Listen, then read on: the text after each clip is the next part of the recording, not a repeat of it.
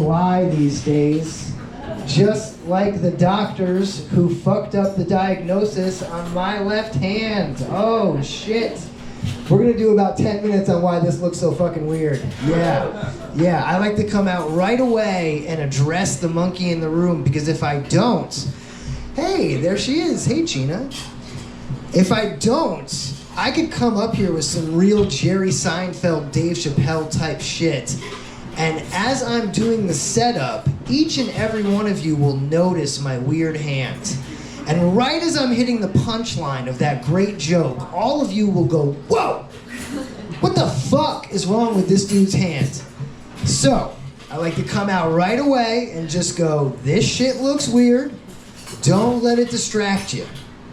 But what I've also learned through this whole process is, even if I come up here after that and start telling you how old people are a waste of space, I'm glad that they left for that. We won't bring it up when they come back, because what we're gonna keep talking about is how this shit happened to my hand. I could talk about all my funny bits. The magic school bus, where's the principal? These guys are having field trips every day. Where's the superintendent? But all you care about is what happened to my fucking hand. It doesn't matter what other bit I do. You just want me to tell you what the fuck happened. I see, you looked at it. You're like, what the hell happened? Okay, let's kick it off, guys, because this is the hand I was dealt. This happened to me when I was 34 years old. And after it, I got my wife pregnant, and I called my buddy, I told him the good news, and he told his mom, and she was shocked that I was able to get my wife pregnant because she thought I got my dick amputated. Nope. I know that transitioning is very popular these days, but I am not transitioning to become a woman. I am transitioning to become a sloth. Yeah, we all watched Animal Planet. Nice. So yeah, it's been a lot of weird, very weird, crazy things. I ran into a fence catching a baseball. Yes. Why I was playing baseball so aggressively at the age of 34 is for the back half of the special. You guys are not gonna get that tonight. Okay, but I ran into a fence playing baseball, and I hit the fence so hard that a piece of my neck pressed onto my subclavian artery, and over 6 months' time, it cut off the circulation to my thumb, and it died on my hand. We had to cut it off. And then to close the hole in my hand, we had to cut my index finger off and fold the skin down. My thumb died, we had to amputate it, but my index finger got sacrificed. And I'm really gonna miss him. He always pointed shit out for me. All right. So my thumb was literally dead on my hand. I had 6 surgeries in 4 months, but 4 of the surgeries were in January. And before my amputation of my thumb surgery, I had tickets to a music festival. And my homie, the one whose mom thought I got my dick amputated, it was gonna be his first festival. And my brother was in town. So I was like, I'm going to this music festival. So when you go to a music festival, they put a wristband on your wrist that says like, this person has like a 3-day pass. And they were like, it has to be on your left hand. And I was like, I had my left hand wrapped up because my thumb is black on my hand. My thumb is dead on my hand. So I have it wrapped up, right? So you can't see it. And the girl behind the counter is like, it has to be your left hand. And I'm like, you don't want to see my left hand, I promise you. And she's like, no, the rules are it has to be your left hand. So I undo my fucking thing, and she sees my dead thumb, and she's like, oh God, and just puts it over my decrepit, fucked up hand. So yeah, things have been very weird since this happened, okay? So the doctor who took my thumb off my hand, he really wanted me to allow him to take my big toe off of my foot and put it on my hand. He kept being like, let me do it. And I kept being like, that sounds crazy. Like, guys, if I came up here with a fucked up hand and a limp, you'd be like, this guy is fucked. What is going on right now? And my biggest thing is my feet, man. If I can't pivot and go, I gotta keep that fucking toe. Okay? So look, I'm about to go under, like, consciously from the drugs that they give you before you get surgery. And the last thing I hear this doctor say is, you know, I've never amputated a thumb before. You've never done this once, and you want to double down and take my toe off of my foot and put it on my fucking hand? What the fuck is wrong with you? Yeah, that's like, guys, it just gets weirder and weirder and weirder. So, I was coaching baseball a lot when this was happening, and I had a lot of students, right? And God works in weird ways. This one student that I never was able to do a lesson with, but me and his dad texted back and forth a few times about it, but that just the timing never worked out right. His dad saw my GoFundMe, because I did a GoFundMe for this. I asked for not enough money, and I should ask for 100 grand. I asked for like 5,000 bucks. I got 11. It was gone in 2 weeks. Anyway, this one student's father was like, I'm a really big time lawyer in the area, and I want to help you get these doctors that misdiagnosed you, because I saw 3 doctors over 6 months, and they all misdiagnosed me. Okay, they all kept going, you're fine, you're young, there's the door, there's nothing wrong with you. I thought I had nerve damage from hitting the fence, but I was really having blood clots, right? So I get hooked up with like this 3-generation law firm. It's like a grandpa, a father, and a son. Dude, when you have 3 generations in a law firm, you're like, we're gonna fuck shit up. We're gonna get these guys. And I went and I told them my story, and they had these, assistants that take all the notes, and both of the assistants were these women that were in the medical field, so they know mad shit about nursing, and they're like, yo, your story, we're gonna fucking get these guys. One of the women was mad cool. She goes, did you catch the ball? And I was like, yeah, I did actually. And I hit the fence so hard that everything exploded. Like my hat came off, the glasses came off, the ball went out of my glove. I robbed a home run to lose half of my hand in a men's league, Mexican-only game. There was only 2 gringos, 2 white people in the whole league, and we were on the same team. And one was a pitcher, and I played everything, but I also caught. So they would just call me catcher gringo, and they would call him pitcher gringo. And all the umpires would try to talk to me because I had like high energy and I was super fun, and I wouldn't understand a word they said. So imagine hitting something so hard that you almost get blacked out, and people come running up and they're speaking Spanish to you. Yeah, I was like, what the fuck is happening?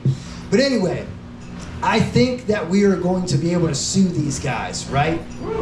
And I'm sure of it. When I left the law firm, they were salivating, like, this is a great story, we're gonna fucking get these guys. It's like a 6-month wait if you know anything about lawsuits, right?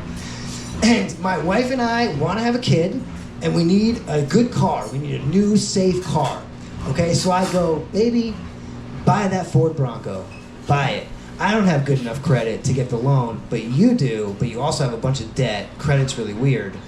You should buy this car. 15 days after we bought that $40,000 car, my lawyer told me that I cannot sue them because I had the rarest form of thoracic outlet syndrome ever. He said it was like you won the lottery. Yeah, here I am, the lottery winner. What'd you win? You can't tie your shoes again. You cannot zest a lemon.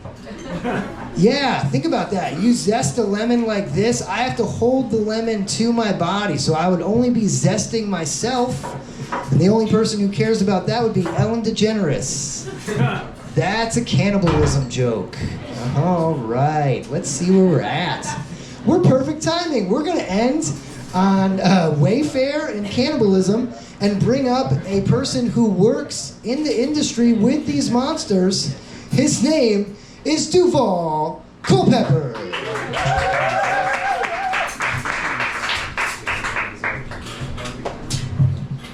This is how fucking narcissistic comics are. I met Corey for the first time tonight, talked to him for 10 minutes. I didn't notice any of that shit. We were 3 inches away from each other. I'm like, wait for my turn to talk, wait for my turn to talk, wait for my turn to talk. This guy has a lot going on. I could have paid attention. I'm a horrible person. But round of applause for our awesome host, guys. How about it? Yeah. That was not a joke. That was not a clapping. I had no fucking idea. I'm such a piece of shit. I feel horrible. I know nothing about Millbrook. Are you guys, who's like generational Millbrook? been here for generations or just like rich from the city and said, fuck that hellhole now. Everyone's nervous, polite laughter. Yeah, all right, everyone's rich. Don't worry, so am I. It's all right. No, I grew up in Harlem, but my family has a house, it's my grandmother's house. They bought in the 30s, old hunting cabin. Only black people up here for like 40 years. And eventually more came and made everyone else unhappy. It was okay. Yeah, it's weird. I'm in between apartments. I'm not like, I mean, I am unemployed, but that's not why I'm living with my parents. Like, I was responsible for it, but I choose to be with mom. Have you ever had a financial problem in your life? You seem so well prepared for everything. This guy's like, lack of funds? What are you talking about? Madness. No, my father was in prison for 26 years. Almost made 30 years at fucking quitter. It's okay, it wasn't a big deal, guys. He was only in jail for a white-collar crime. He killed a priest. There was okay, deeply religious and affluent in Millbrook. I'm learning, I know nothing about this place. But I'm living with them, and my mom and dad, so he got out of prison, moved back in with mom, and, you know, they were doing well for a couple of years, and now they're having like a disagreement. My mom's like, I'm gonna sleep downstairs in the other room. We're just in different rooms right now. I'm like, you guys are 70. What, you gonna go play the field? I'm having trouble finding love, okay? And what are you gonna do? You're gonna hop on the apps at 72, Mom? It's crazy. Hello, how are you? You're not my mom. Ladies and gentlemen, my mom and dad. They're white people. Not you guys. I know you guys are also probably confused about me. Just to be clear, I'm not mixed. Everybody's like, is your mom white? Is your dad white? Who's white in your family? Somebody's gotta be white. Who's white? I'm like, you know who's white in my family? The Irish indentured servant my great-great-great-grandfather had sex with in Barbados in 1603. Ever since then, nothing but brown people. He said, you know, it's all right. We come in different shades. Are you guys in love? This is a date? You guys are married, love, date, early? It's too soon to tell? Okay, we're here. Married. There we go, we're married. How about you? Is this young love? Married 10 years. 10 years, all right. Don't become 70. Hey, round of applause. This guy knows how to be kind. I'm so dead and sad inside, I couldn't even bring it into me to applaud. I was just jealous and sad. Like this. Hey, you guys have plans on a Saturday? I don't. Here I am. You know, I love it. It's comedy. It's comedy. This is my wife. This is comedy. Oh, dear. But I am happy for you guys. Thank you. You know the problem is, you know, it's like, I'm so arrogant. I didn't realize that, like, I should have married the girl that I was dating for 6 years in my 20s. I was like, she'll wait for me to figure all this out. It don't work like that. It don't work. So yeah, no, I think I'm gonna go back to the city and, do you know how awful of a person you have to be in order to be happy in New York City? Do you know how terrible of a person you have to be able to work at some horrible tech company that does nothing for no one, making at a minimum $175,000 a year? How terrible of a person you have to be able to be good at that? Selling artisanal mail order dog food, you know, tech platform. If you see anyone smiling in the middle of the week in New York City, just horrible person. Terrible. Which is why I do not trust Zoran Mamdani. I don't know Millbrook's politics, and frankly, I don't care. I think it's probably a mix, right? There's probably a little bit of, no, you know, I have the Black Lives Matter. Remember Black Lives Matter? They don't do that shit anymore. They guys, white people were like a cat with a ball of yarn when Black Lives Matter does, and then on to the next thing. Just a lot of other protests, but you know. Displacement over there, bad. Displacement in Harlem? I don't know, I have nothing to do with it. More Black Lives Matter banners you see in a neighborhood, the fewer black people there are in that neighborhood, guys. There we go. We're roasting liberal white people, that's okay. How about you? Are you guys in love or just friends gnawing on that pizza there? No, we're in love. We're in love? Okay, yeah, more love! Is everyone in love tonight? Yes! Yes, feel it in the room, yeah, fall in love! And if you're not, kiss the person next to you consensually and ask for permission and get it signed and notarized. Because that's 2026. I don't know. Zoran is a nice guy. I get it. I know why the kids voted for Zoran. I know Cuomo looked like the 1990s Red Skull, just gnarly dude. I understand why people voted for Zoran. But I got, I'm out there dating, obviously, and all these women are like, performative men, performative males. We're so sick of performative males. They're like, men don't read enough female literature. And I was like, all right, you know what? You're right. I don't read enough female literature. So I went out and bought me some Joan Didion. It's fine. It's fine. But then you read it on the train and women are just like, so performative. I'm reading what you told me to. But then they go and vote in the most performative fucking guy I've ever met in my entire life. Zoran Mamdani, again, nice guy, but he's like, you know what I think cities should be? Affordable. Why didn't I think of that? Oh. Fucking. You guys all voted for him? It's all right. No? There we go. Look at me. All right, look at me. I make money. I have a second home. Fuck that guy. I agree. I know. Well, guys, look, we covered a lot of territory here. I have a broken family. I have a broken sense of self and love. You guys don't. You guys are all financially and fiscally responsible, which is all a guy can ask for, right, in this modern age. But hey, look, we're going to have a great show. There are so many delightful, funnier people than I, and I'll just say that I've worked with better, but not many. Thank you.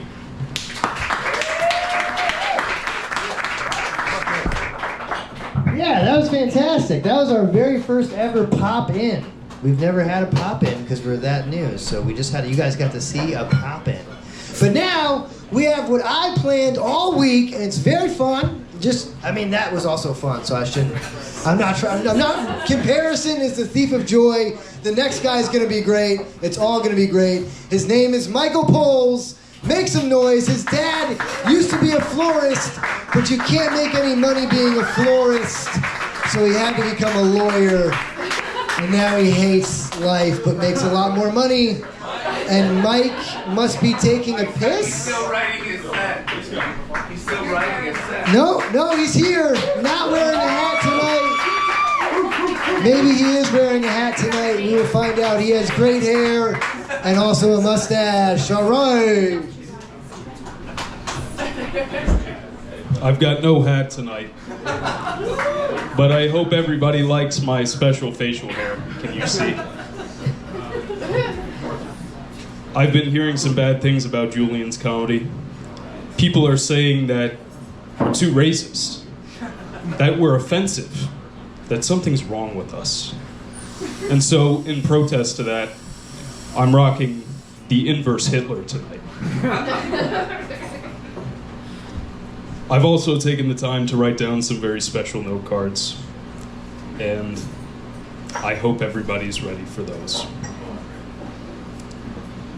I was in the office the other day, and my coworker said something so racist, I had to verbally reprimand him for it. His exact words were, "I'm glad DEI is over. It was basically the same bullshit as affirmative action." You know what I told him? I stuck my finger in his face and I told him, "Hey, blacks rock, Dave." My girlfriend asked me what my greatest fear was. I told her it's the same fear for every white boy.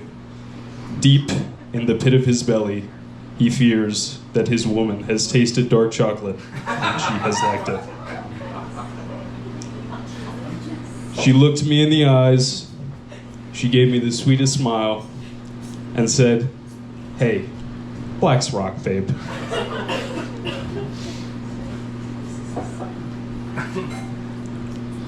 What do you call an obsessive-compulsive autist whose special interest is feet? Black sock, Dave. Is anybody noticing the pattern? Dave. Oh, yeah. Something, Dave. What do you call a farmer who specializes in raising the Orpington breed of chicken? Black cock, Dave. I had to look up types of black chicken on Google to write that last joke. According to AI, the most common type of black chicken is fried.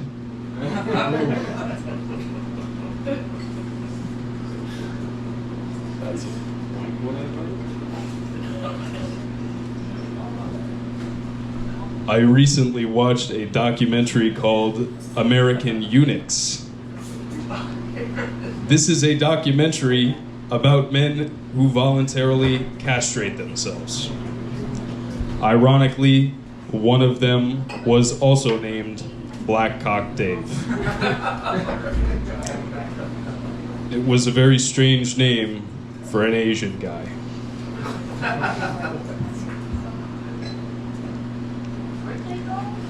Who's the most successful businessman of Poughkeepsie's booming midnight to 6 a.m. nightlife?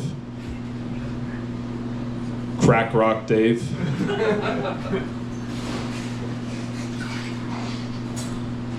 What does Angelina Jolie say to her adopted children when they're not cleaning up her mega mansion fast enough? Chop chop, slave.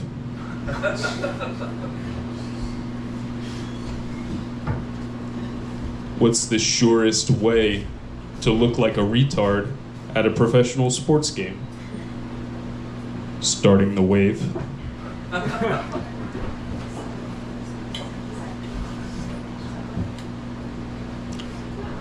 What did they call Michelle Obama before she married Barack? Michael. All right, guys, that's my jokes for tonight. Thank you.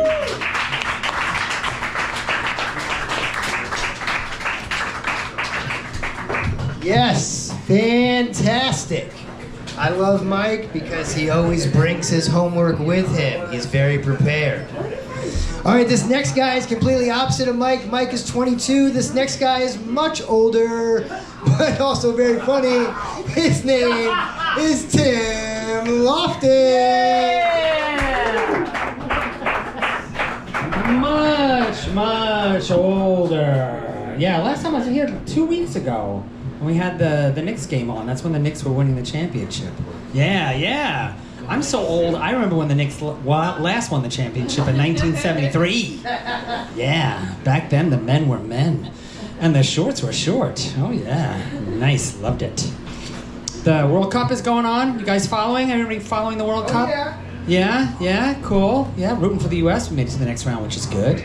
Right now we have a lot of Europeans in the United States watching the World Cup. Right? Now they're coming and they're complaining about the weather, how it's so hot. And I'm a little confused, honestly. I mean, how do they not know? They colonized this place. How did they not know? It's weird. They're also complaining about the cost of getting from the city to the stadium, right? This being really expensive. I hate to tell them, but that's the price you pay when you lose 2 world wars. Why do I feel like I must mention that I was on the beaches at Normandy when I say that? I'm not that old. Yeah, actually, they're complaining that they may actually want to walk to the stadium, even if that means they have to walk along the highway. And I find that very inspirational. Makes me want to get in a car and hit them. Anybody want to ride shotgun with me? Yeah. If I miss, you can shoot him. No? It's okay. Yeah, there's actually this guy. Do you guys watch TikTok videos? There's a guy from Germany. His name is Freddie, who's here. He came and he was traveling all throughout the United States before the first Germany game. And he was down south, and he loves the South, which kind of makes sense, right? I'm sure he felt right at home once he saw the Confederate flag. I'm sure he did. It's okay, you can laugh. It's okay. What else? I don't know. You know, I've been doing a lot of thinking lately, guys, which always gets me in a lot of trouble. But I think society's just gotten a little too sensitive. I do. I was greeting a friend this morning, and I was like, "Hey, how you doing, bitch?" And he was like, "Oh, come on, Tim. Ease up." And I was like, oh, really? That's when I realized he did not grow up with a nickname. I grew up with a nickname. You guys grew up with a nickname? When I got a nickname, people were mean about it. We don't really do that anymore, do we? No. I do have a friend, though, that she did name her kid Banjo. What the fuck is that? Like, we had this guy on our block. His name was Thumbs. Yeah. No, it wasn't Corey. No. No. Yeah, I love that name. I thought that name was great. I wish I had come up with it, but I gotta give credit to Sister Carol Anton. Yeah. She was a bitch. We also had this guy on our block, his name was Krabs. Do I have to explain that one to you guys? Yikes. And we used to use these names all the time, right? When we were picking sides for football, be like, I'll take Krabs, Fat Matt, and Dirt. Yeah. No one ever picked Thumbs for football. I was always picked last for football, but that's just because my nickname was Liberace. Yeah. When people find out how old I am, they're like, wow, you're 59? You don't look that bad. Holy fuck. Right? Considering how much money I spend on moisturizers and facials every month, I was kind of hoping for like, wow, you look like Timothy Chalamet. A boy can dream. But people do ask me what my skincare routine is, and nowadays there's a lot you can do. You can drink more water, you can get more sleep, and you can use Instagram filters. But I have my own little trick, and you can all use it. It takes virtually no effort and can save you so much money. Just don't have kids. Yeah. Anybody out there who does have kids, don't worry, it's not too late. Remember, you brought them into this world, you can take them out. At least that's what my parents told me. Yeah. I don't know, I think I might be a slave to the beauty industry. Ooh, God. So, confession up top, I am not a Sephora gay. Nope, I'm a hardware store gay. Yeah. Some gay guys love facial scrubs. I love power washers. Oh, God.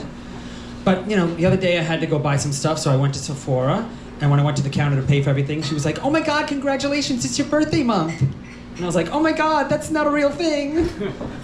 But she did give me a gift. If you know, you know, right? And I just took it home. When I got home, I had a look, and it was lip jelly, which sounds delicious. But then I looked it up, and what it's supposed to do is give you full lips. And I thought, wow, that's really racist. A product just for white people. Yeah. Now all the white people are checking their lips right now. Oh my God. Yeah. I don't know. I think a lot of the things that we see in life now are just staged, right? Like wedding announcements. I was reading this wedding announcement of a gay couple, and it was so romantic. But then I realized, wait, hold on. I actually know these guys. The first time you met was magical? Really, Kevin? If I remember correctly, the first time you two met, you were high on Molly and hanging out in a bathroom stall in a bar called the Manhole. Yeah. You knew he was circumcised before you knew he had blue eyes. Look, I'm not trying to slut shame, although that is kind of fun, let's be honest. I just want people to be honest, right? I was married once. The only magical part of that was the divorce. Actually, I think that would be fun to watch. I'd love to read divorce announcements. Right? I know what mine would have said. Tim Loftus is proud to announce after 3 very long years of negotiation, he's finally free. Part of this Saturday at the Manhole. First 5 guests get free Molly. What do you say? Coming? You joining? No? You're like, no, don't do Molly. That's okay. That's okay. Look, I think relationships are hard. And I think that's a fact, really. That's why I can't stand those couples who are like, oh my God, we never fight. Is that you too? Good. They've never said put the knife down? I don't believe that. Don't believe it. Look, I'm Irish Catholic. If you're not fighting, you're not in love. So when I was younger, I used to think that when I broke up with somebody, it would be like a scene from a movie. So when I was with my husband, I thought, I can't do this anymore. I was kind of hoping it would be a scene from Brokeback Mountain. I wish I knew how to quit you. And then he would just die. Yeah, no, I wasn't that lucky. No, actually, we were in the car. We were driving upstate to our weekend house. How white is that? And I was going 75 in a 65 zone. Not an issue, but my husband was being really quiet and just looking at his phone, and I was like, is everything okay? He just casually looked up and said, I want a divorce. Wow. I went from 75 to 100 in 2.2 seconds. Guys, my Brokeback Mountain moment turned into the Fast and the Furious. Can I admit, I'm a little afraid when I tell that joke that I might just say Bareback Mountain. Oh, the people who watch porn just laughed at that. Yeah. Same movie, just more men in that one. It's a little worse. Yeah. Yeah, I'm just thinking about this. You know what? I could actually give you guys marital advice. I don't think you should take it, but I can give it to you. Look, I'm a gay guy. I was born in the 1960s. I really did not think I would find myself in this place. But here I am, telling you, don't ask your partner to marry you while you're having an orgasm. Just don't do it, kids. Don't do it. Obviously, that's just advice for the men. The women know they can't marry their vibrators. Right, ladies? Yes. Oh, she laughed. I got it. Guilty as charged. It's okay. It's okay. Maybe I should tell you. You guys up for something a little darker? You're okay with a little dark? Yeah? Yeah? Okay, cool. So maybe I should tell you a little bit about myself. Right? So, my Father's Day just passed, so it makes me think I should tell you a little bit about my dad. My dad grew up in Bensonhurst, Brooklyn. Yeah. During the day, he was a mailman. And at night, he went postal on his family. Yeah. My mother grew up in a poor German neighborhood, so she was lower class, but she thought she was part of the master race. When she taught me the story of Hansel and Gretel, she sided with the witch. Yikes. Those two were married for over 50 years, which just proves that love can last when you both hate your kids. Yes. I am kind of fascinated, though, how siblings can turn out to be totally different people, right? Considering you both have the same parents. Like, I have 5 siblings, right? And they all live a very sinful life. It's very sad, actually, because they chose to be straight. Sad. Yeah, it's weird. I don't even feel like we're related, which is why every summer I go to Fire Island to be with my real sisters. Yes. All of my siblings are still married. I'm the only one that got divorced, because I'm the only one that was honest about how much they hated their husband. I do wonder, like, what it would be like to raise kids if I was ever foolish enough to have them. Right? Like, I grew up in a very strict Catholic household, and I want to do something different. I don't want my kids learning anything from a priest. No. I know we got a very religious attitude. Hi kids. Hi. Have a seat. Hi. Yeah, I don't know. I'd love to have girls, right? Because for years I've been a daddy to so many boys. Yeah, it's true. It's expensive. It's so fucking expensive. I actually worry because I'm an older man. I wonder if I would have the energy to stay up through the middle of the night to change diapers. Then again, even if I don't have kids, I'm gonna have to do that anyway. Yeah, it's true. Yeah, I grew up in the 70s and 80s. Yeah. I survived polyester shoulder pads and home perms. Yeah. At one point, I looked like a young Bob Ross. Yeah. But no one cared because we all looked alike, right? What I'm not going to survive is TikTok, because it makes me feel ugly. I can't believe at my age I have to compete against pretty boys, right? But I'm going to fight back. I'm going to get an OnlyFans account. Yes. People are going to pay me to put my clothes back on. Yeah. What else can we talk about? Let's make fun of gay people, shall we? Everybody else does. Shall we make fun of gay people? No? Then I won't have anything to say. It's okay. Should I make fun of young people first? Let's do that. Okay, this woman. Yeah, I usually don't make fun I don't like making fun of the younger generations. But can some of you kids please stop diagnosing yourselves with things? Right? I overheard a conversation this 20-something was saying, with confidence, that they had undiagnosed lactose intolerance. I don't know, guys, that sounds like a diagnosis to me. They want to say, look, I had to change from nut milk to whole milk to save money. It's like, okay, I think the diagnosis is that inflation is a bitch. I do think we need to bring back gatekeeping to the queer community. That's really directed at the straight girls that think they're queer. Just because you dreamed that you kissed a girl does not make you a bisexual. Yeah, no, I have dreams that I can fly. That does not make me a meth addict. Nope, not at all. No, I don't know. I've always known that I was gay, but there are some times when I just don't feel like I'm part of the queer community, which is kind of odd, right? Like, I was at a party last weekend, and I just happened to mention that I'm in a monogamous relationship. And some gay guy came up to me and was like, ugh, that's so heteronormative. Why are those gay guys always the ugly ones? Don't get it. I don't know. Let me, all right, let's see how we're gonna land this plane.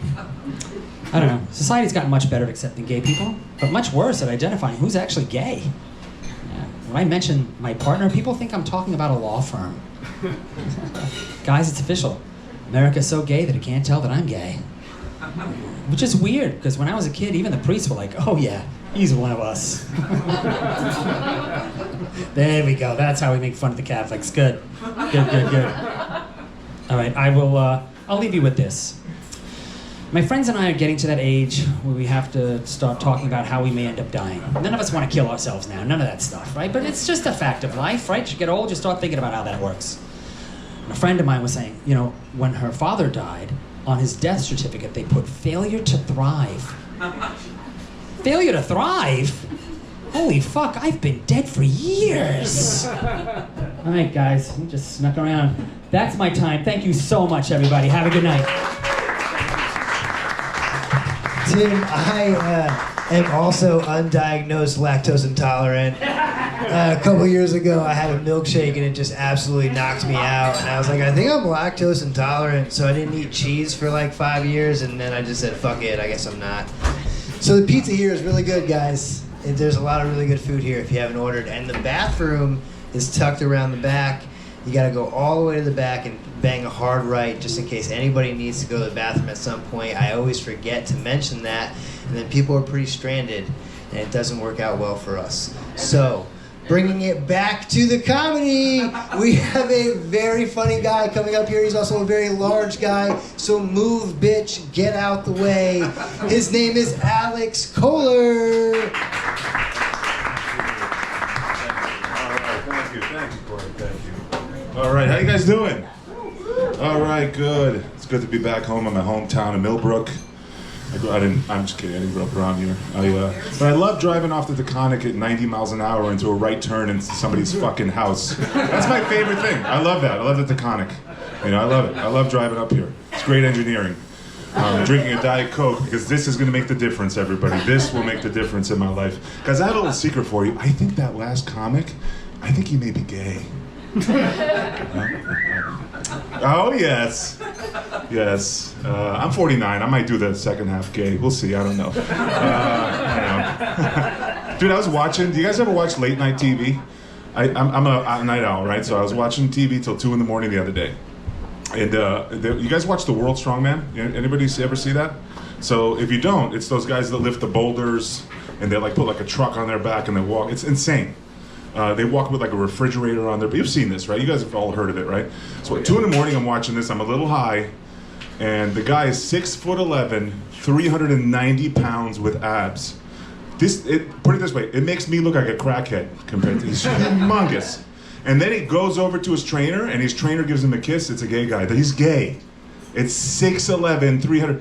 That's every straight guy's worst nightmare when they're right there. I would go gay just if I saw him. Be like, what position do you want me in? Right here? Is this what you like? What else? Tickle your balls? No. All right. I just hit the ceiling over here. I'm just gonna do it over here like this. It's nice. It's like it's a necklace, everybody. This is nice. Jesus Christ, I'm humongous. All right, enough of that. So, you guys watch the World Cup? Yeah? Nobody? Nobody likes to watch Ecuador play Colombia 0-0? Those riveting scores with 2 shots on goal. No, I love the fans. Did you guys see the Japanese fans cleaning the stands? Everybody watch that? Did anybody see this? Did you see it? You see what they were doing? So wait. They were cleaning up after themselves in the stands. Isn't that sweet? These are the best people. These are the people that their population is declining, Japanese fans. We need more of them, right? This is a little weird, right, talking about this, but we need more Japanese people. We need to selectively breed Japanese people. These are amazing human beings. Think about it. Everybody would be smarter. Cars would be better. All our genitals would be blurry all the time. It'd be great, no? All right, we know who watches porn now. All right, that's cool. So, yeah, man. What else? I'm huge. I don't know how big I am. I'm 6'7", I think, 6'6", something like that. And I weighed myself, and I don't even know what I weigh anymore. You know why? Because I bought a scale, and if you buy a cheap scale, it stops at a certain weight. And then you get on it, and you know what it says you weigh? It says I weigh error. True story. Not making it up. My wife's like standing next to me. She's like, "What do you weigh?" I was like, "I weigh words now." Fucking says words. What do you mean, what do I weigh? And she goes, what's your goal weight though? Digits, lady. It fucking says error. Are you not listening? What's wrong with you? No, I'm huge. I know, it's really bad. I want to take Ozempic. My wife's totally against it. She's like, don't do it. It's not fair. It's cheating. It's not doing it the right way. It's not honest, right? And also you'll have loose skin. So tight-skinned fat fuck it is then. Is that what you're telling me? Is that what you want? Who smells like kielbasa? Is that what you're telling me? No. No, but isn't that hilarious though? It's cheating. It's not fair. It's not honest. Come on, really? So you mean to tell me my wife is like basically like she'd rather see me in 20 years with like 1 foot. Like there goes Honest Al and his diabetic foot and his 2 toes. At least he's not cheating, you know? Come on. Give me a fucking break. Ozempic, it's the anybody go to the beach last year after Ozempic? This is the first full year after Ozempic came out. I saw a guy at the fucking beach.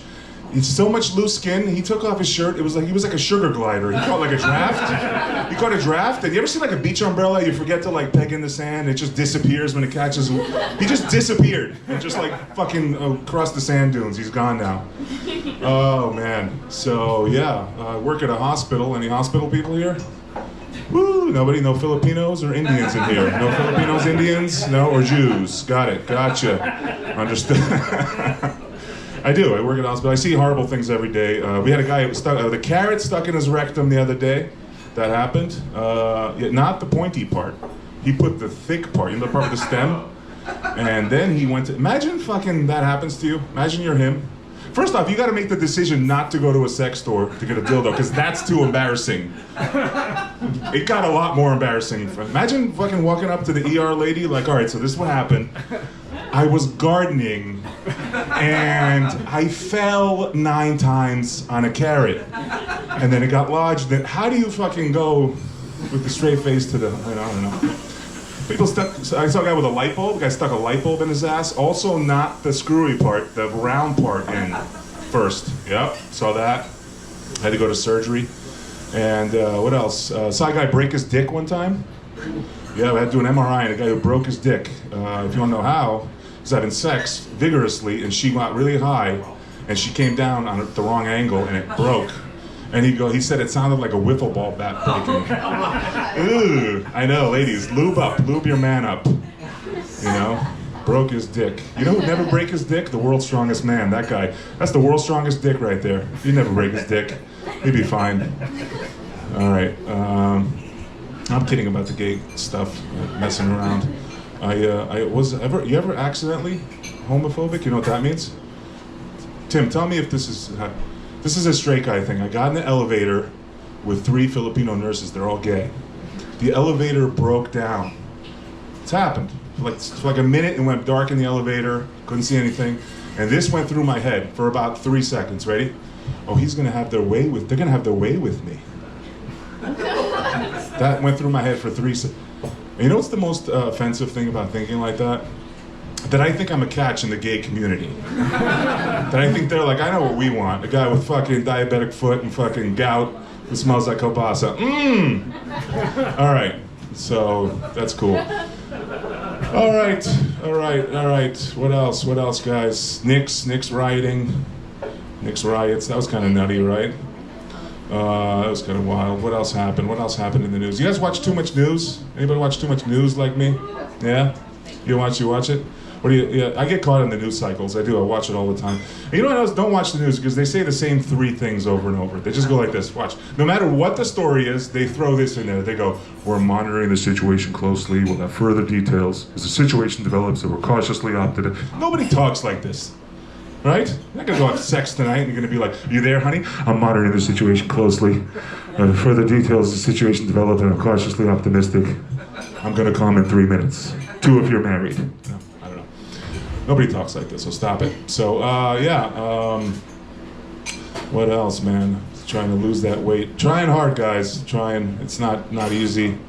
Not easy. Anybody doing that intermittent diet thing? Anybody doing that in here? Yeah? You guys know what that is? There's some older people in here I saw. That's what this is. It's where you eat for 16 hours, And the other 8 hours is when you go to sleep, and that's the fasting portion of the diet. Am I doing this? I'm fucking crushing this diet. It's the easiest thing in the world. You will lose weight. No. Actually, the real intermittent diet is this, where you eat for 8 hours, and the other 16 hours you want to punch your wife in the face. That's the real intermittent diet. No. Any married people in here? A lot of single-looking people in here. Anybody married in here? Anybody know what I'm talking about? Anybody alive before the internet came out? Anything? Nothing? All right.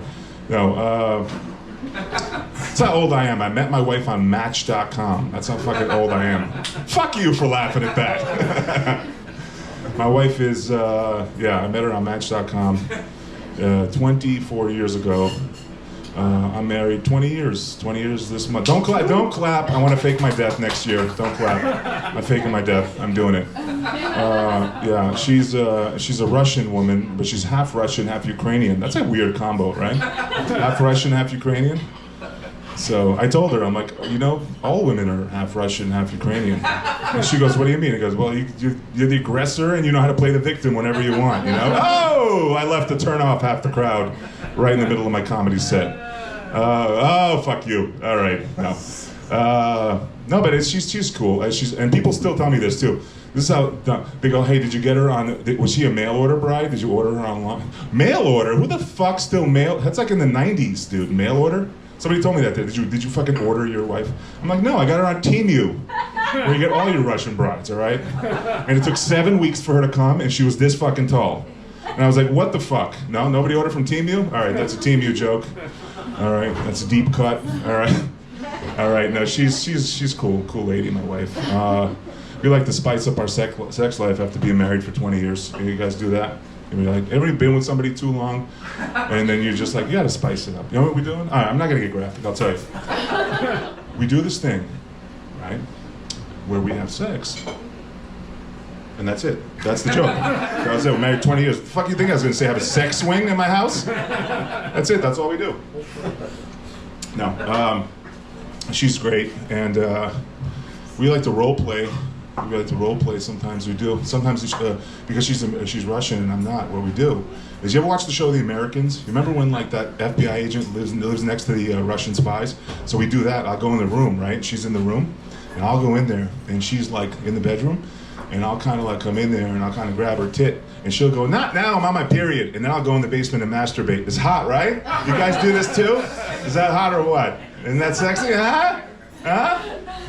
All right, guys, I got two kids, and you guys are fucking having double teams in the fucking parking lot, you bastards, you three ways, whatever you're doing. I got 2 kids. How much you love your kids is the opposite of how long you wait in your driveway before you enter your home. Does that make sense? He gets it. I think he's got kids. He gets it.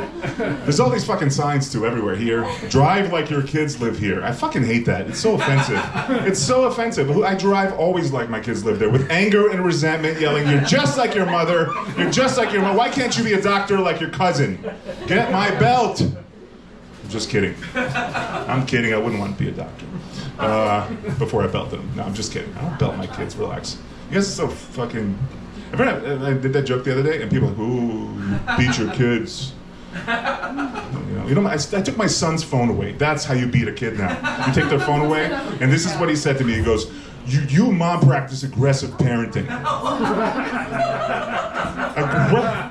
I don't beat you. I put him in a closet one time with no food or water for like a whole night, and he's like, blah, blah, blah, you're a bad dad, blah, blah, blah. Who still beats their kids anymore, anyway, except for every fucking foreigner, Jamaicans, Italians, anybody not living in Millbrook. But other than that, who the fuck still does that, right? Am I right? All right, guys. No, what else? What else are we talking about here? Who's the weed people? Give me where we at? Yo? Yeah. All right, clap it up if you like edibles. I like it, all right? Now ready? Regular weed. Clap it up for regular. Yes! I got the opposite reaction last night on this. Thank you. This is a fucking normal group of people. Well, who the fuck is like, yeah, I want to do an edible and go to outer space for 19 hours? Who wants to? I took an edible. I thought it was a regular sized person living in a slightly smaller house. For 5 hours. I was standing by my door like, what the fuck? Is it shrinking? Is this house shrinking? I need to call the police. 5 hours. And then I took an edible from this same tin a week later, and it's a completely different high. Yeah. What the fuck? I was playing hacky sack for 3 hours in my basement. I was like moonwalking to the basement. I don't even own a hacky sack. And it was like moving. It was like, and I was playing hacky sack for 2 hours. You know. I woke up, and my daughter's standing there. And she goes, "Hey, Pop, have you seen my hamster anywhere?" I'm kidding. It was a gerbil. It was a gerbil. They live like a year and a half tops, guys. A year and a half. All right, no gerbil. All right, no animal cruelty jokes. Got it. Check. All right. You ever do this? You ever fucking MacGyver something when you're high? You ever do that? Like you go to sleep, right? Or you get high, I mean, before you go to sleep, you look in your fridge, there's nothing in there, like a bologna slice, a fucking mustard packet, and you whip up a lasagna at like 2 in the morning somehow. You ever do that? And then you wake up and you're like, oh shit, I fucking all out of toothpaste and I ate my kid's lunch. This is not good. My wife's a vegan. Any vegans in here? No? Well, thank you. Yeah, vegan. She cooks. It's curry after curry every fucking day in my house. Curry. She just feeds me curry after. You guys ever shit more times than you eat? I do every day. It's a 5-to-1 ratio. Of shitting to eating. I shouldn't be alive. I should be dehydrated, right? It's like the kids say, the math ain't mathin'. I shouldn't be alive. No more shit jokes. You got it. My asshole is like that fucking the gazer, you know, at Yellowstone. It just goes off every hour on the hour as children watch the buffaloes and take pictures. No. All right. What else are we doing here, guys? What are you watching on TV? What's popular? What's popular on TV? What are you guys watching? You guys even watch TV anymore? Who does, right? Who watches?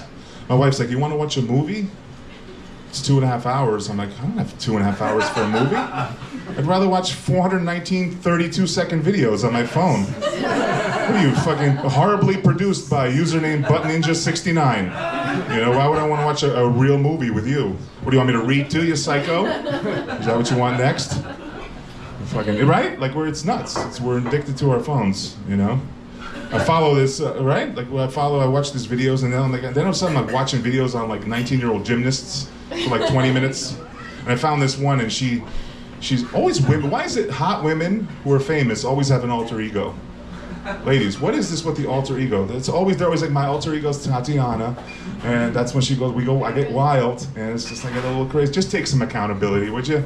Guys can't do this. I can't come home. And my wife's like, where were you? I'm like, it's my alter ego, John. He likes to pound Bud Lights with his friends, and they just come home hammered. You know how he is, John, you know? Alter ego, you know? Oh man, AI is here, guys. Who's embracing AI? Nobody? No, fuck boo, yeah. What about those sex robots that they're gonna create? Their AI. See, every guy in here was like, I'm listening. They're coming, the sex robots are coming. They're happening. It's happening whether you like it or not. They say that they're gonna look just like real people in like the next 10 years. Isn't that fucking insane? Sex robots that are real, that look like real women. That's frightening though, right? Who's gonna want to go out with a girl and like fucking, that's insane to me. Right? No, nobody? It's not crazy? You can build your own woman. Some guy in China's gonna build the most perfect Chinese bride. Right? Right? Some fucking guy in Poland's gonna build the most beautiful Polish chick. He doesn't even have to date anymore. He's just gonna build a chick. Order her online. Some black guy's gonna build a beautiful fucking black woman or a fat, out of shape white girl. One of the two. The black guy probably laughed in the back there, my buddy David. Relax, people. All right, relax. That's him laughing. I got him uptight. I'm sorry. All right, guys, let's pull it back a little bit here. Let's talk about some more stuff. Who's watching TV? Who's watching TV? What are we watching on TV? Bear. Name a show. What do you got? The Bear? You like The Bears? The last season of The Bear? Anybody else? No? Yeah, is there enough fucking shows on TV? 9,000 shows right now on TV. Did you know that? 9,000 shows on Apple TV, Netflix, and Amazon. Who the fuck is gonna watch 9,000 shows? I'm watching right now a second season. I'm on the second season of a show about plumbers. Plumbers in Orange County who are competing with other plumbers for contracts. I'm on the second season of this show. I just made that up. I just completely made that up. But somebody in here is like, I'd fucking put that on my list. I'll watch that. Yeah, man. You ever do that? You ever watch like 5 minutes of a show and you're like, this is dumb. 20 minutes later, you're like, I gotta watch all 9 seasons of Cake Boss because this is incredible. Yeah, man. So nobody has kids in here, right? Not one person has kids in here. Hey, what do you got? 14 and 9. Not 14 kids. No, we have 2 14? A 14-year-old and a 9. 14 and a 9. Is the 14 the boy? No, girl. Oh, good. If it was the boy, he'd be fucking everything inside the house. That's what mine does. Just everything is sticky, and they can find anything. It's true. It's just anything. My son took a fucking shit the other day. He didn't flush or wipe. It was just a fucking log sticking out of the toilet. Now, I want you to explain to me how this happens. How do you not flush or wipe your dump? Who fucking he walked away from it like a pharaoh. Like he just walked away like, I'm done here, father. Summon the maid. Fuck. Wipe and flush. And I told him, he's like, I don't know. Fucking know. Crazy shit, man. Kids these days, I don't know. I'm teaching him to drive a car, you know, and then what he did was he gets out of the car, and I was in the passenger side, so I got out. And he goes like this, he gets out, he goes, I think I did pretty good. He's 17. And then all of a sudden, the car's rolling away. He forgot to put the fucking car. And this was his reaction. Oh, shit. Zero urgency. As I'm panicking, running after the car, you know? Nothing, you know? He's a Boy Scout, my son. He's a Boy Scout, 17. And he's like, he wants to be an Eagle Scout. He wants to stick around with it. Any Eagle Scouts in here? No? Yeah, really? You're an Eagle? Yeah? That's cool. And he told me, he's like, should I be an Eagle Scout? I'm like, yeah, if you want to delay losing your virginity another 7 years, go for it, because, want to do the Scout motto with me? Do you remember it? On my honor. You don't remember? On my honor, I promise to never get laid until I'm at least 24 years old. No. No, man. My kids are like both dating at the same time. It's the most bizarre thing. Like they were little kids, and now they're dating at the same time. My daughter's 14 and he's 17. She got her first boyfriend. He got her first girlfriend. His first girlfriend. And I had to give the pep talk to each of them, which is fucking bizarre. Because hear me out. She's dating a boy, and I'm a guy. I know what boys want, so I had to go in her room and be like, oh, honey, you can't. Boys are disgusting. They just want one thing. Whatever. You do what makes you comfortable. You kiss them when you're ready. You don't do anything. Right? Like a good dad. I'm like a politician. I'm like a good dad. And then I go into the son's room, and it's the opposite speech. To my completely, I'm like, because he has been with her for like 9 dates. He didn't kiss her yet. So I'm like, son, sometimes you just gotta give him a kiss. You gotta just. I'm like, it's the complete opposite of everything I should be doing. I'm like a politician, right, playing the other side, right? I'm like, no consent or anything. I'm like, just give her a kiss. Just give her a kiss, right? With him, I'm like Obama. With her, I'm like Obama, right? I'm like, you know, fucking like really nice and sweet. And with my fucking son, I'm like fucking Trump. I gotta grab him by the pussy, you know. Grab him by the pussy, they like that. It's a horrible Trump impression, but fuck it, I don't know. What else, guys? What else? Dating. Anybody dating in here? Anybody date? How do you guys date now? Is it apps or is it, what do you do for dates? No? Nothing? We met on Tinder. Tinder? But that was like 11 years ago, 12 years ago. You met 11, really on Tinder? On Tinder, yeah. Oh shit. Yeah, we were like the first wave of like Tinder success story. You're like Tinder pioneers. Nice. True. All right. Anybody else? Just Tinder? Does anybody meet out like in person anymore? Does that happen anymore? Hinge? All right. I have no idea what any of these things are. I have to consult my friend there later. All right. That's cool. Fuck, I had a new joke I was going to try. I totally forgot what the fuck it was. I don't know. You guys want to hear a new joke? And you'll either be really offended or you won't. Facebook Marketplace. Who loves shopping on Facebook Marketplace? Come on, yes, thank you. You do? Don't you love it? Don't you love risking your life to save $9? Don't you love that? Don't you love that? Where you know every transaction, you can come back with like no kidney or still both your kidneys. You know, I love that. The other day I saw a thing online. I wanted to buy a leaf blower. It's a leaf blower, and mine broke. I had it forever. It broke. I saw the same leaf blower. I met the guy. He didn't have his picture in the profile. Met him at the store in a very crowded parking lot. Everybody looking at us. I come out of the car. He gets out of the car. He's a little person. Can I say it? Dare I say it? He's a midget. He's a little person. He's a dwarf. It's okay, I have a little person friend, you can say that. He's a little person, he gets out of the car. Then he pulls the leaf blower out. But it's a different model. It's the small model. They make a second model. It's this big. So for 10 minutes, I had to have an interaction with a little person and try to figure out how I was gonna tell him, I can't buy your little leaf blower. It's too, how do you do that with a straight face? All right, that's the end of that joke. That fucking blows. Let's go back to other stuff. What else? What else are we gonna talk about, guys? Yeah, man, my daughter, she is a fucking hoot, though. She took a you know what she did? She's supposed to practice her little violin every fucking 15 minutes a night, and she stops after 10 minutes every night. So I went in her room finally, I go, why are you stopping? You're supposed to do it for 15 minutes. And she goes like this, ready? She goes, I don't want to get too good at the violin. She has like fucking Trump level confidence at 14 years old. She thinks she's too good at the violin. This is what the fucking, but it's crazy because they're smarter than fucking, you know, us already, men. My daughter was smarter than me at 11 years old. True story. At 11 years old, I walk in the house and she goes like this. She comes in, it's really hot in the house, and she goes like this. Papa, it's really hot outside. And she's sitting there, you know. Do something.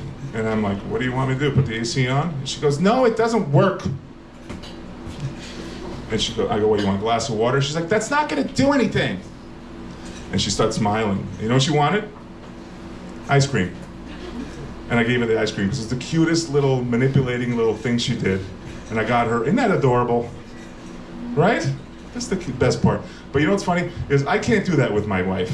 I can't come home and do that. Men can't come home and be like, I want a blowjob, I'm horny. You know? I'm horny. What do you want me to like, blowjob? No, it doesn't do anything, it doesn't work. What's gonna make you feel better? It's also ice cream. I weigh error. You know? All right, guys, quick story. I'll leave you before I go. Is I lied about the hamster. I didn't play hacky sack with a fucking hamster, you psychos. I didn't kill a hamster. I did get high and release the cage, and he left. And we didn't find him for like 2 weeks. And what happened was, real quick, and I'm done. I got up. I was high, and my daughter's standing here, and she's crying her eyes out, and she goes, Papa.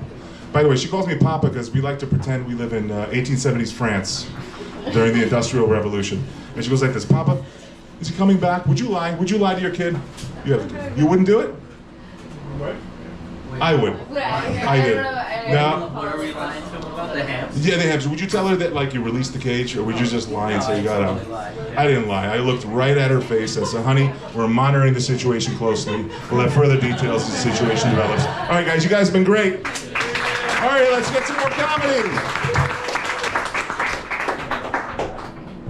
I too have a child. He cannot talk yet, so thank you, Alex, for getting me prepared. We have another funny guy who has funny childhood stories, so get ready for Gabe Baldizzi.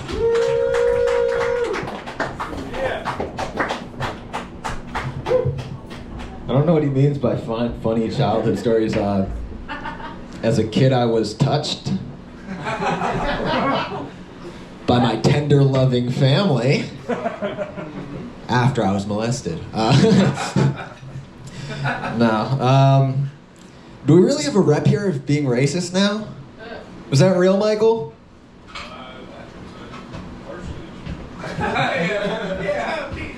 I'm like, I want to defend myself, but I'm also aware nobody sounds more racist than a white guy trying to convince you he's not racist. Just like, what? No! Love black people. Wakanda forever. Alright? I love that film, 12 Years a Slave. It's a great movie. I thought it should have been longer. I thought the film should have been longer. Let me do something lighter than that. Alex was talking about threesome. Actually, got some exciting news, guys. I finally had my first threesome. Thank you. Well, full disclosure, I fingered a pregnant lady, but I think that should still count. Come on, that counts, right? Wanna give me some dab? The baby did. All right. He did not like that. I'm sorry. I'll leave you alone.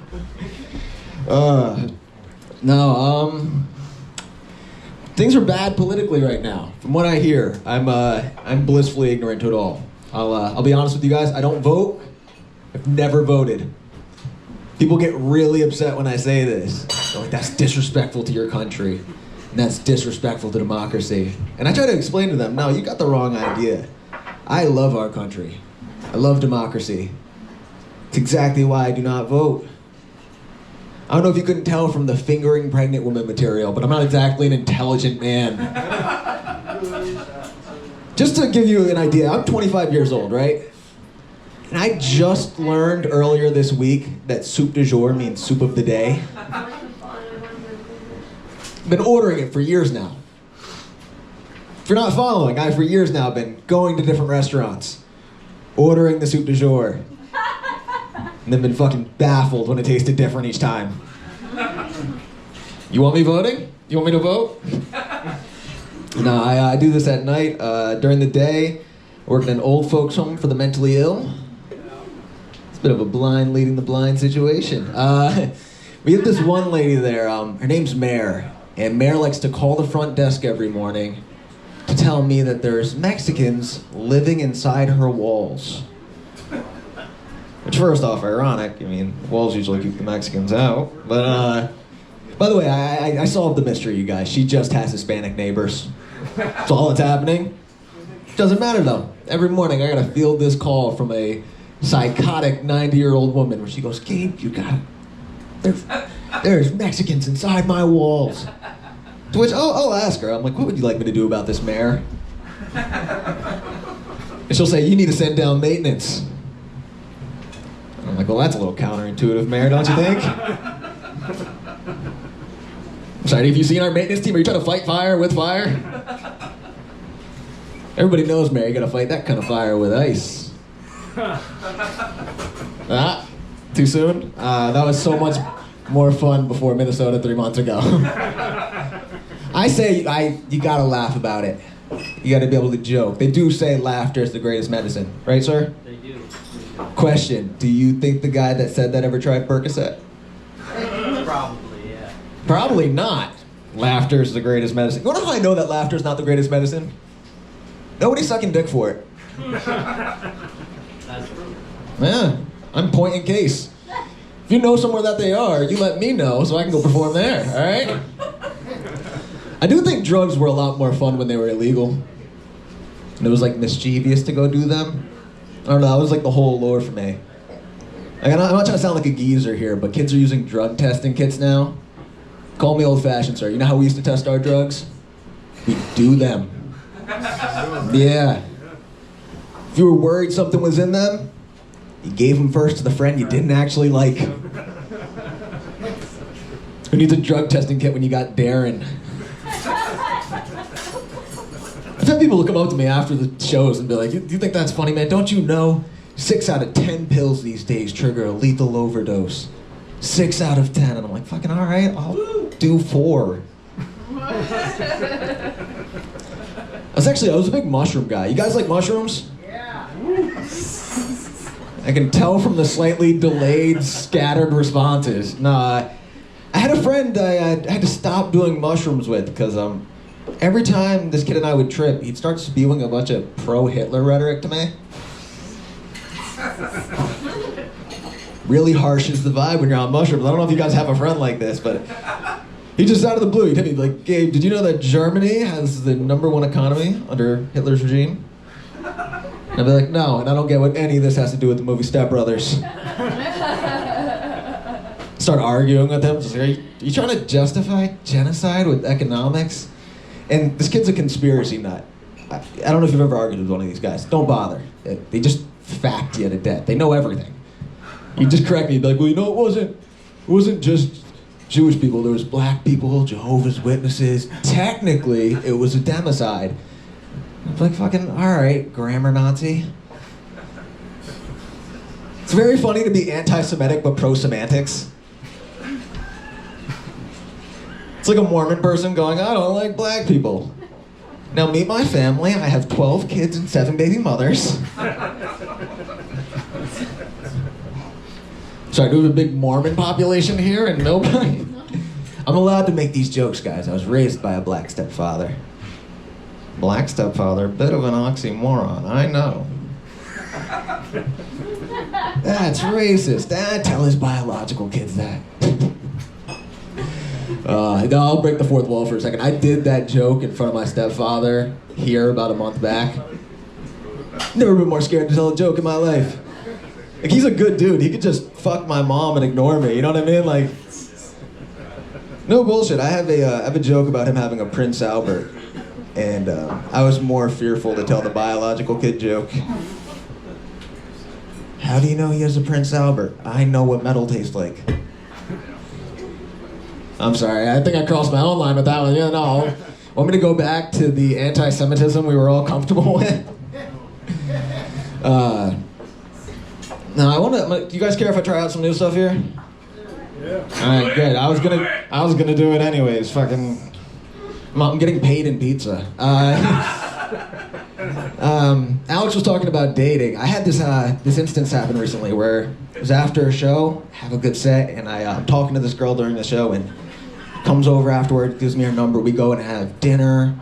We hang out for like 5 hours. We go for ice cream, and it's midnight. I'm showing her something on Instagram, and she sees the mutual follower thing.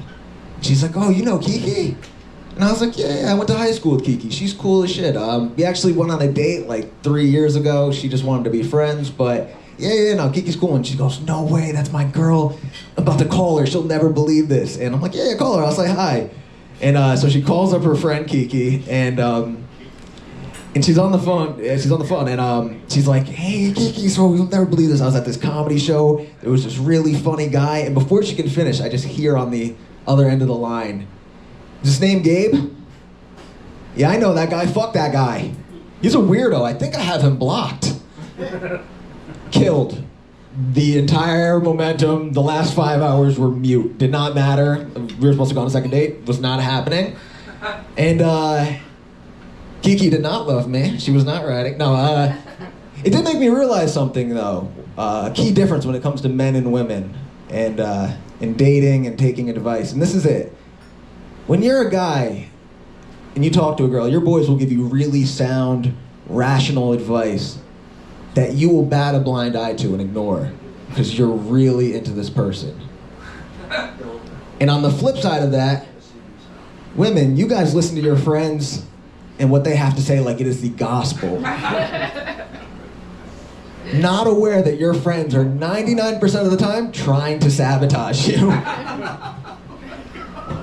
This splits the room every time. Men going, "Yup," and the women just, "We don't do that." I'm not saying you ladies don't want your friends to be happy. Just not happier than you. Does that make sense? All right, I'm not going to get any numbers after this one. That's for sure. I wasn't mad at the girl, though. I get it. I'm a tough sell. I'm a tough sell. I feel like the best metaphor I have for it, I feel like Bitcoin 10 years ago. Where it's like, I have potential and I could be valuable someday. But it is hard to tell because the only people vouching for me are the biggest fucking idiots you know. You know what I mean? Like, do I listen to these guys? All right. How we doing time-wise, Corey? A minute away. Minute away. I'm gonna try something fun here. Throw out a topic. The more taboo, the better. I'll see if I have a joke about it. Incest. You say anal? Aliens. Aliens. Oh, I'm gonna do anal. I heard what I wanted to hear. I already did the joke about aliens. Did you not hear the ice thing? No, I have a theory regarding anal, and it's that not all women that smoke cigarettes do anal, but I think that all women that do anal smoke cigarettes. That checks out, right? I didn't get the job at Snapple. They were like, "No, fucking, we're not putting this on the cap." And we got a little more time. Throw something else out. Again, just whatever. What was that? Are you guys getting shy now? Steroids. No, pass. Give me something else. Peanut butter. Peanut butter. It was terrible. This is where my brain went to. I love dogs. Everybody loves dogs. Do you guys think when a dog has sex missionary that they call it human style? And I know what you're thinking, Gabe, dogs don't have sex missionary. Well, they do when I fuck them.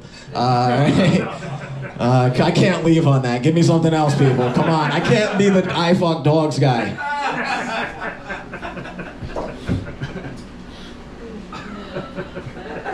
No, you're gonna make me leave on that? All right, fine, bye.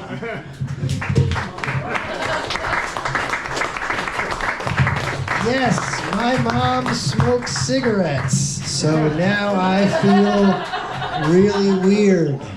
I've been trying to get her to stop for my whole life, so she must really like them. Yeah. All right, we have another very funny lady coming up. Her name is Gina Ginsberg. Oh, yeah. Give it up for Corey and all the other guys you've seen tonight. Broke the mic stand. What can you expect? Lady, you know, some of these guys are my some of my favorite male comedians in the Hudson Valley. Maybe a guy can fix this. Fix the mic. You broke it. Oh my gosh. Thank you so much. You break the box. I don't know if you guys can tell by looking at me, but I actually hold space professionally. So now we, you know, a lot's been going on, but we can all settle into the space together now that I'm here. Yeah. So I don't mind. I'll facilitate an exercise with everybody. Let's all take a collective inhale, big breath. Focus on the exhale. Ha. Ha. Once more. Breathe out through the mouth. Biggest breath of your entire life. Ha. Ha. Feels good to laugh. It's okay to laugh. Let's just, yeah, a lot of it is about, yeah. A lot of it is about relaxing physically. All right. Really good energy tonight. Really good energy in the room.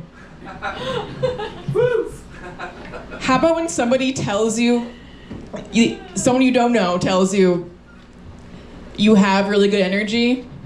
What is that? Just come in. Please. I beg you.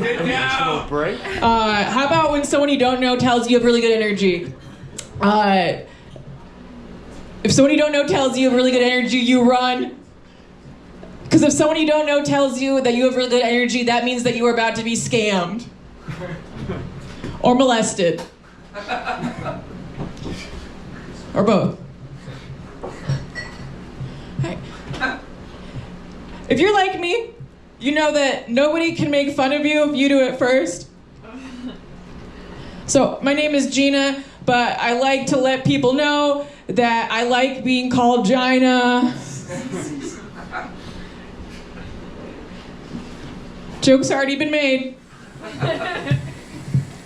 I'd like to reclaim Gina. All right, a little about me. I'm a messy eater. I understand that some people can go to work and then go out to lunch and then go back to work in the same clothes. How?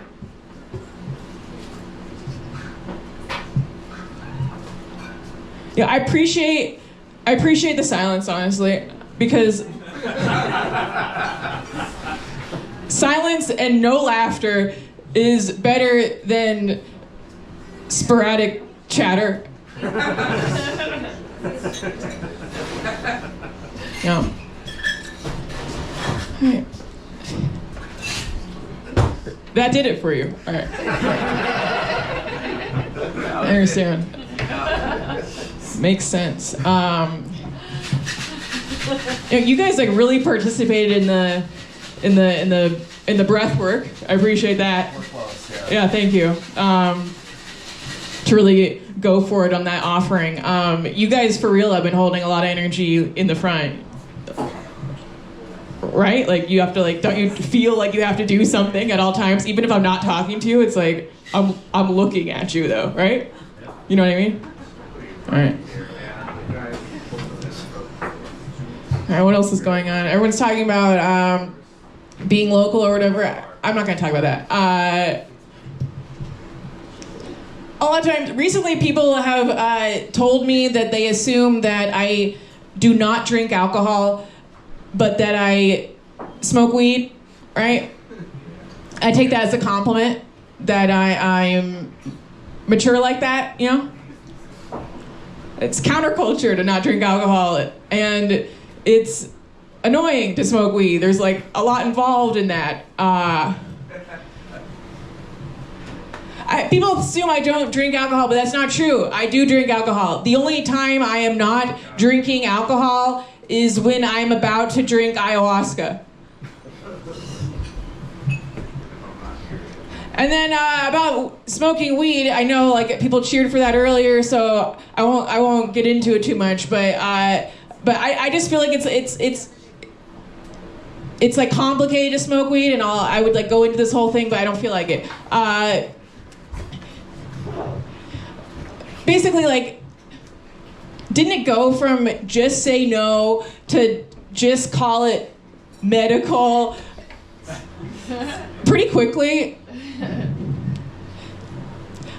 I'm suspicious about that. I feel like I actually think there's kind of a conspiracy with legal weed, and I definitely won't get into that. But basically, like, yeah, it used to be easy, at least for me. I'm a girl, like a guy would just give me weed a lot. Not anymore. Now I have to go to like a place with my ID, and it's really bright lights in there, and I have to talk to somebody who graduated from Bard about strains. No, thank you. I don't like that. If a guy could just give me some weed, then I would give it to a different guy, and he could do all the stuff with it, and then I'd be good. All right. That whole thing actually went over well at a show I did recently at Harvard. Maybe you guys just don't get it.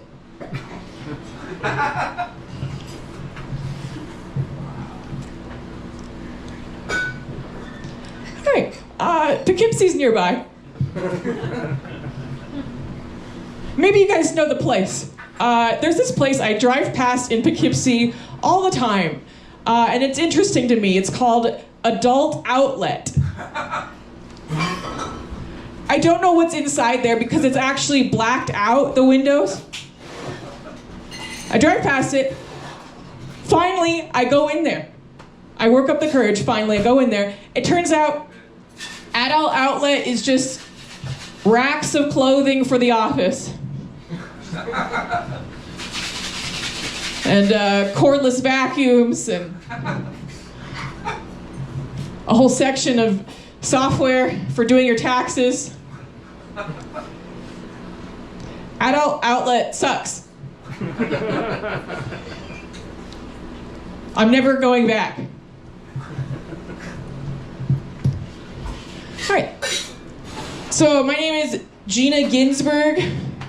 Ginsburg's the last name, right? Okay, so sometimes people ask, any relation to Ruth Bader Ginsburg?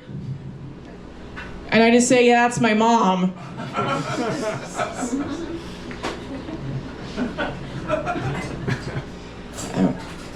So, yeah, I carry that last name, right? But only my father is Jewish.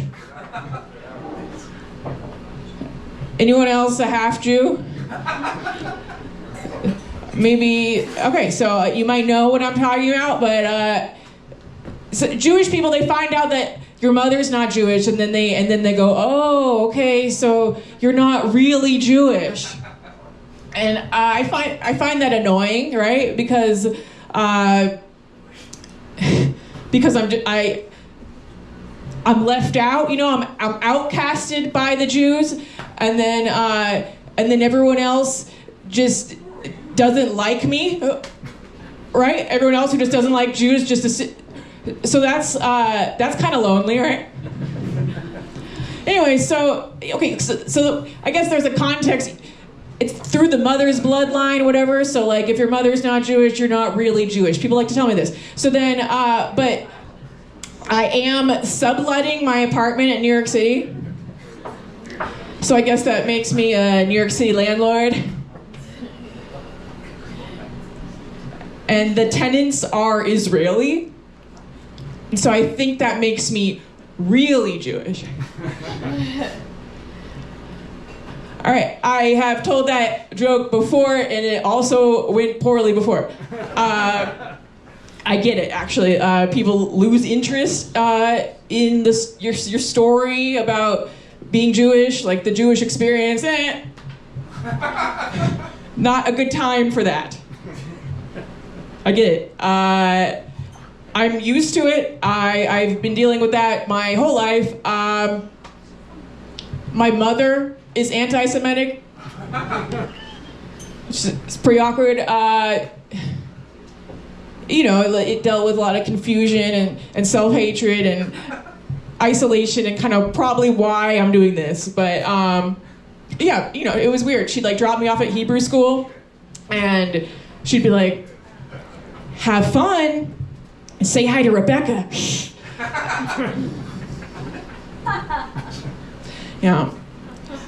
I don't know, but my mom, we've actually found common ground recently, because she watches a lot of alt media, right? And so I'll yes and her about the stuff that she's consuming, because I consume some of the same stuff, actually. Because she's like, oh, the news, they're not telling the truth on the news, right? The truth about the wars and all that. And I'm like, yes. But she's less worried about peace and more focused on telling you that Jewish people are responsible for everything forever. So anyways, I'll just yes and her, though, because I'm a conspiracy theorist, right? So there's other information on the stuff she's watching beyond the Jews. So I'll be like, yes, okay, I get it. Epstein was involved, right? Okay, and Weinstein and the Rothschilds and the Rockefellers. But also the Rockefellers, they messed up the school system, right? The education system, and it made us dependent on big pharma, right? And we're told to drink a lot of water, but that's actually not true. The water is to trick you to consuming fluoride, and they say that you should avoid the sun, but the sun heals you, right? And children do not need 67 vaccines. And she goes, oh, I don't know.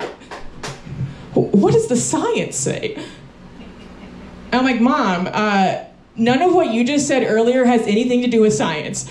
You just told me that the most elite Jews and politicians are hosting witchcraft ceremonies in the center of the earth. And what does that have to do with science? How do you even get to the center of the earth?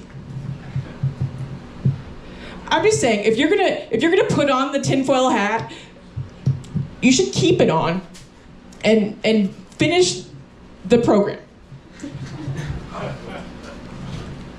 That's all, basically.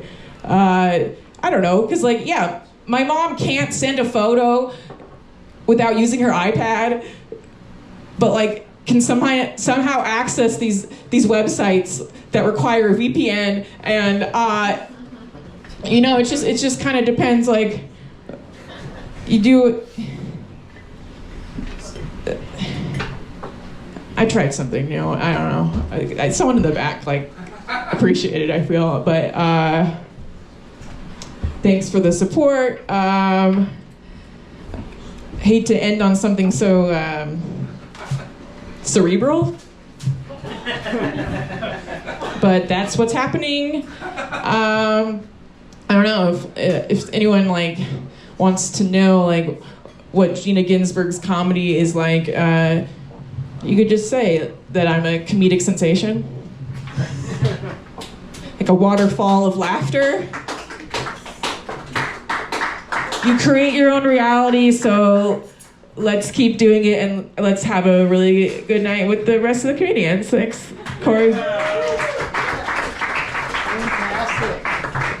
Gina works for QAnon on her time off. She came here to tell us something. I didn't know that was happening, but now it happened.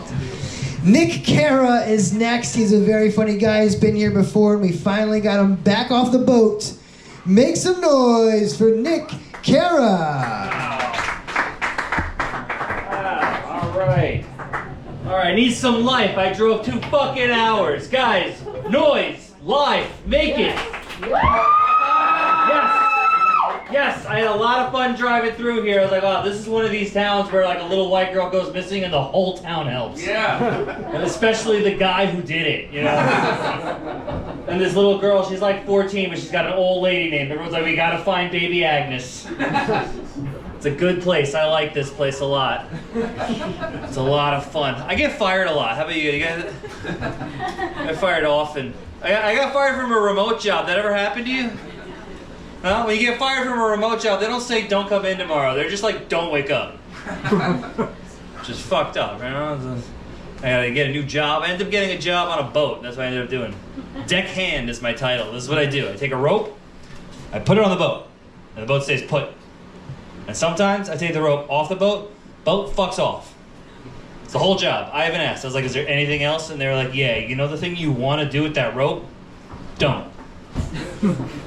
Which is fucked up because it comes with a loop in it already. You know, you just put it on and you wait till low tide. You go, it's time to go. It's a lot of fun. It's a good job. My new boss is Wind.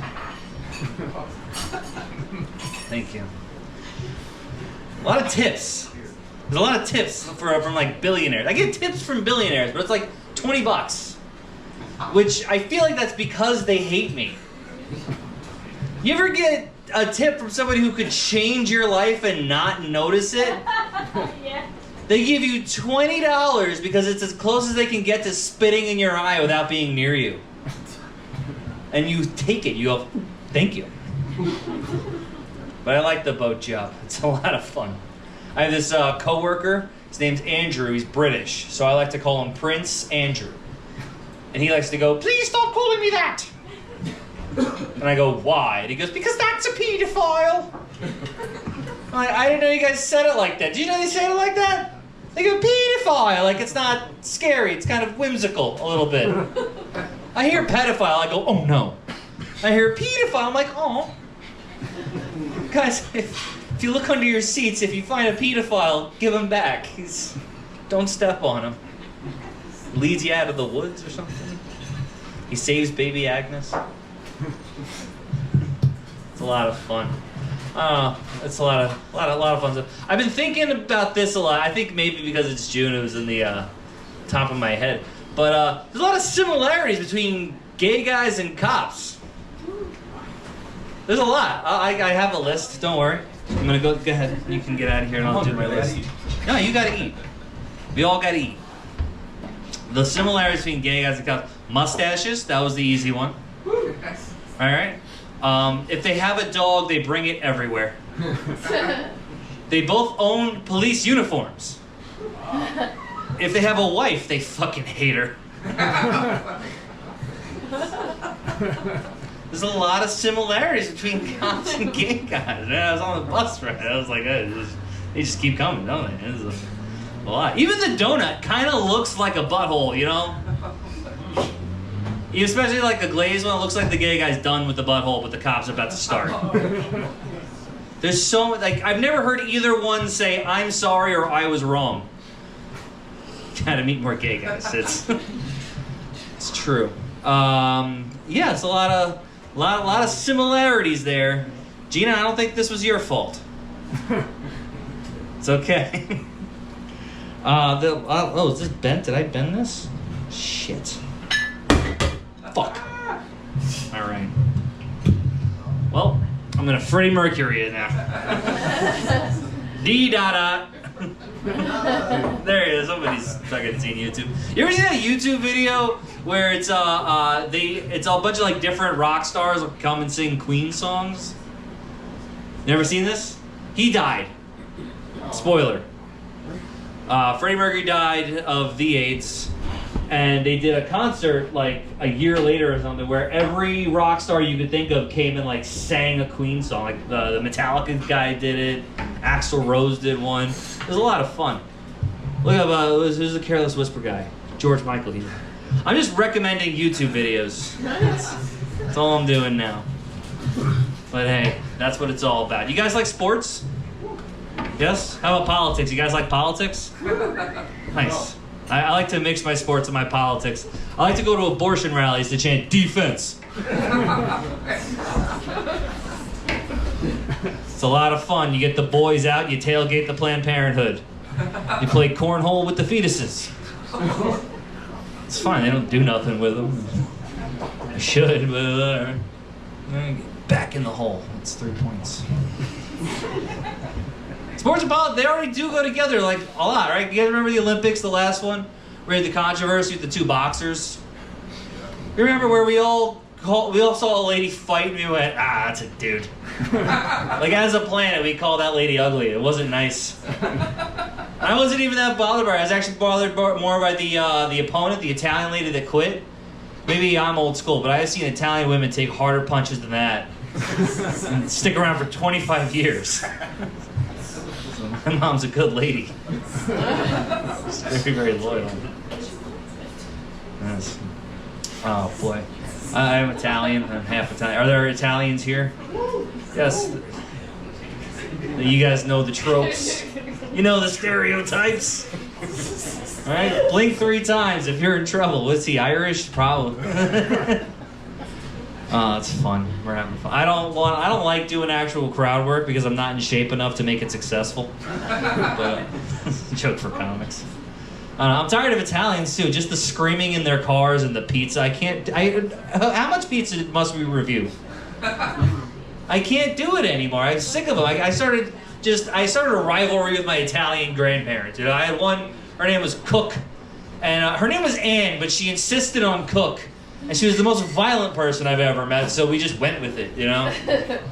I hated her. So I once walked into the living room and I saw Cook, and I went, hey, Cook, I think I want to join the Boy Scouts. And she went, you would want to tie knots with boys, you little freak. Oh, okay. Well, what am I taking this lady's advice? She's a murderer. Did you know that? Did you know my grandmother was a murderer? That's what I treat everywhere like home. You know who she is. She killed a little girl. She was also a little girl, so I guess it's not that bad. But it was in the 60s, and it was over, not the 60s, whatever before that. It was in the 40s, the 50s, whoever, I don't know when the fuck she was alive. It's not anymore. But it was I'll say the 50s. It was in the 50s when cigarettes were good for you. And she got into a fight with another little girl, they were 12, over Pall Mall cigarettes. Because she's a piece of shit. And she shoved this little girl, and her head hit the back, like those spikes that in Brooklyn, the iron spiked fences, and then killed her. And she said, always, you don't want to be like her. Oh my god. Yeah, I would come home and I'd find a mom-shaped hole in the wall like Bugs Bunny. I'd be like, Cook's here. It's crazy. And her husband was not the best guy. We called him Pop. And Pop was... he never had anything nice to say about Cook either. You know, for a guy who had children and married her, I asked him once, I was like, hey, can you tell us like a nice story about Cook? And he went, yeah, if she's coming at you, you gotta put her down like a man. And be in Florida when she wakes up. All right, he's a pretty racist guy too. Yeah. He was so racist that when he died, to get back at him for all the things he would do to people, we cremated him. That way at the end he was black.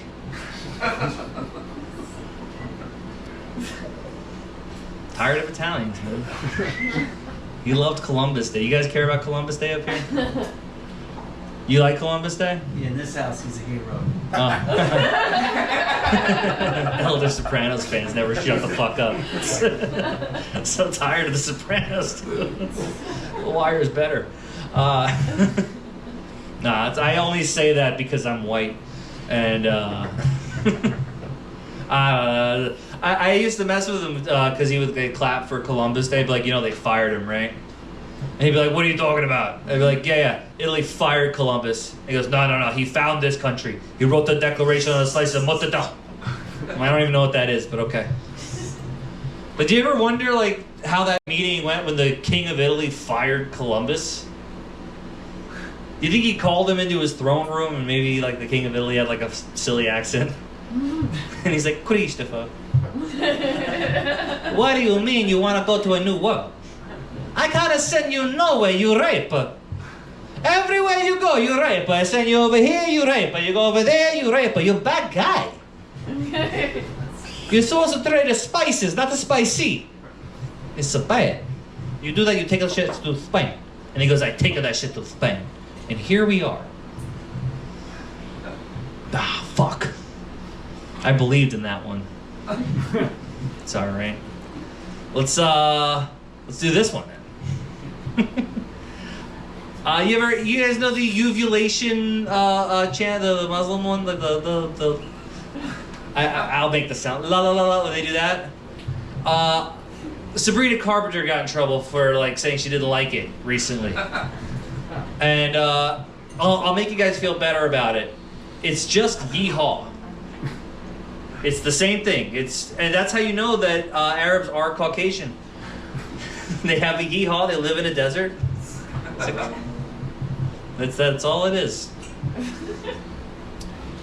I've been excited. I live in New York, so I meet all kinds of different trans folks recently. And there's like different sorts, you know? Like it's not like the character. Now it's like, I met like one that was like, he's just like an old Chinese lady now. I'm like, what made you do that? He goes, "I love dumplings and DVDs. Like, this is my life now." I'm like, that's sick. Maybe you think, what would I do if I was gonna go trans? What would I go with? I think I'll do Muslim trans. I think that's what. So I can be really lazy about it. You know, I can just put on the stuff and I'm done. Eyeshadow. Lazy trans. I would go to jail first. That way it would make sense when I got out. That'll be a good. I have a name for it too. It'd be Sharia lawless. Like, I was born in the wrong body, but you can never see that body.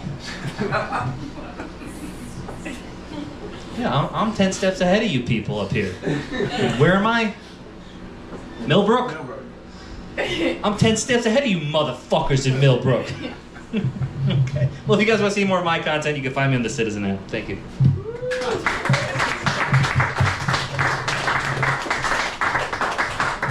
I did not expect him to say he was going to be trans. That was out of left field. We got 2 more coming. Stay tight, everybody. We're going to finish this strong. This guy's tall, just as tall as the guy before him, AJ Ellis. Thank you. You guys mind if I share a quarter of the stage? You guys are really excited for me because my biggest credit is my height. Thanks, Corey. Appreciate that. Are you guys having fun? Can we? Do you want to have a little fun? I'm pathetic. I drove an hour and 45 minutes to be here, and I love this place, and I'm super excited to be here. Yes, I'm one of the comics. You guys might recognize me as one of the multitude of awkward guys who didn't want to, but were totally in your way when you wanted to go to the bathroom. I'm also the one that sat on the couch until I realized how creepy it was. I was telling everybody I'm the bathroom monitor when they asked me if someone was in there. We only get one life. Right. So there's been a lot of interesting topics tonight, huh? Right? Off the top of my head, I remember underground cabals, Italian domestic violence, which is half Italian. It made me laugh, but... Oh, for those who remember far back. There was some dog fucking at one point in the show too. And I laughed at that too, and I don't own a dog, so I don't know what that says about me. But if it's okay with you guys, I'm gonna play it a little safer and just make fun of myself and my dad and my wife. Is that okay with everybody? Clap if you have a problem with me making fun of myself. So you were so sweet, you were gonna clap. Nobody's gonna clap. No, I'm gonna make you guys clap, but I hopefully can make you laugh.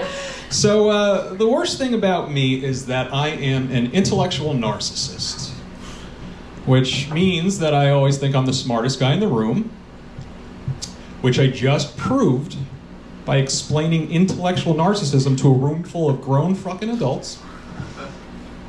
But the worst thing about thinking I'm the smartest guy in the room all the time is how upsetting it is when I'm constantly proving that that's actually not true.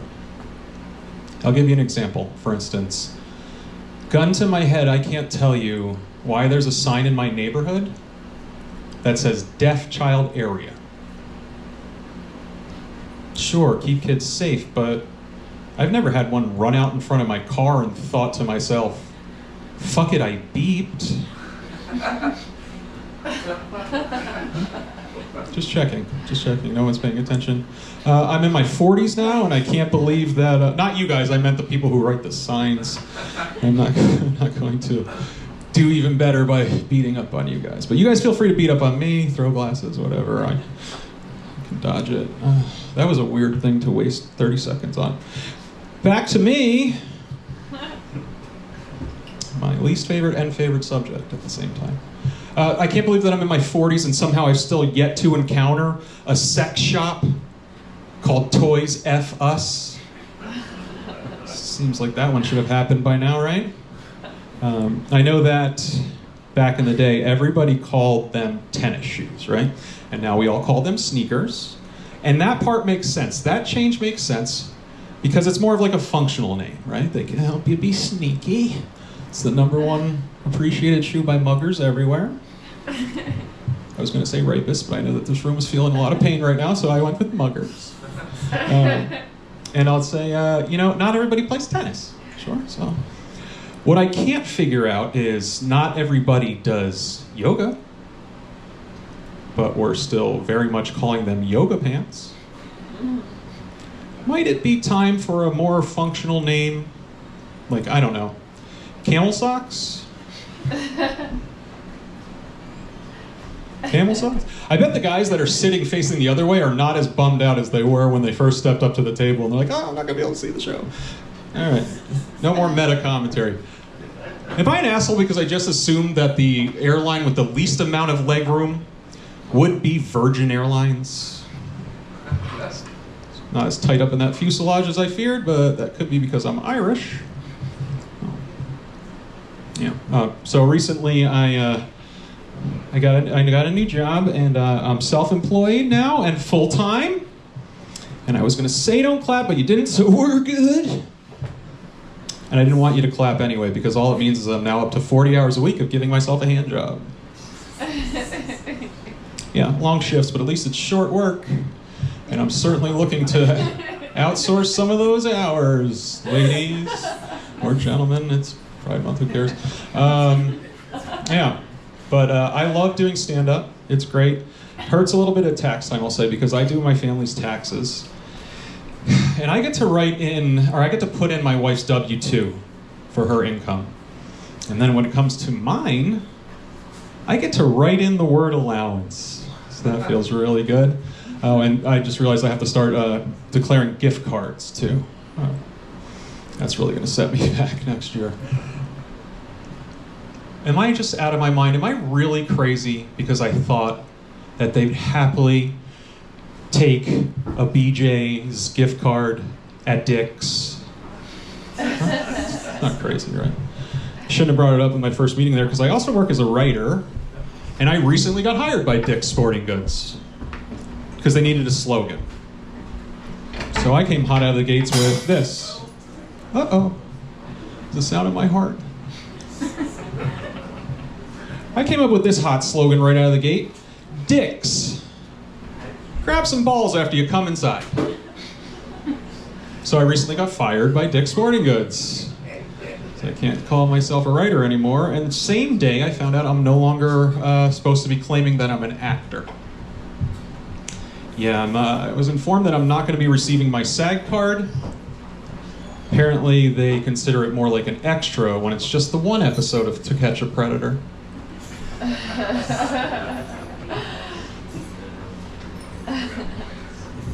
Oh man, that feels good to get that off my chest.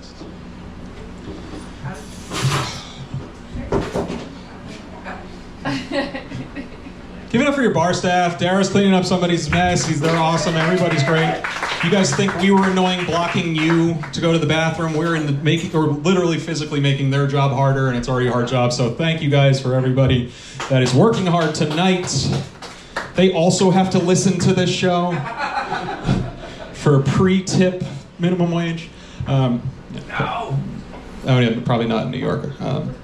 I used to live in the South for a little while. I'm from the North, but I lived in the South. And now I'm wasting another 30 seconds on something that even I don't care about. But yeah, I used to work for $2.85 an hour. So I'm not a writer, I'm not an actor anymore, and it's just been a string of punches in the face lately. For instance, my wife and I, we are currently fighting with both sets of our parents at the same time. Yeah, unlock that one. Because they have individually told us that it's literally a crime that we don't want kids. I don't care, we've put thought into it, we've done reflection, and we are confident that kid-free just has to be the best path for us. So now we just have to tell our 3 kids. You know, when you have multiple kids, they tell me you're not supposed to have a favorite. Or if you do, it should probably be one of yours. There's a kid down the street named Adam. He plays quarterback and guitar. I mean, come on. He's not the best at texting a dude back, but other than that, solid guy. Solid guy. You know, when my wife told me that she was pregnant for the 3rd time, I tried to get a vasectomy that day. Not a procedure offered in the emergency room. Did anyone else know that? Nor at the 13 urgent cares I called. But yeah, I got it done.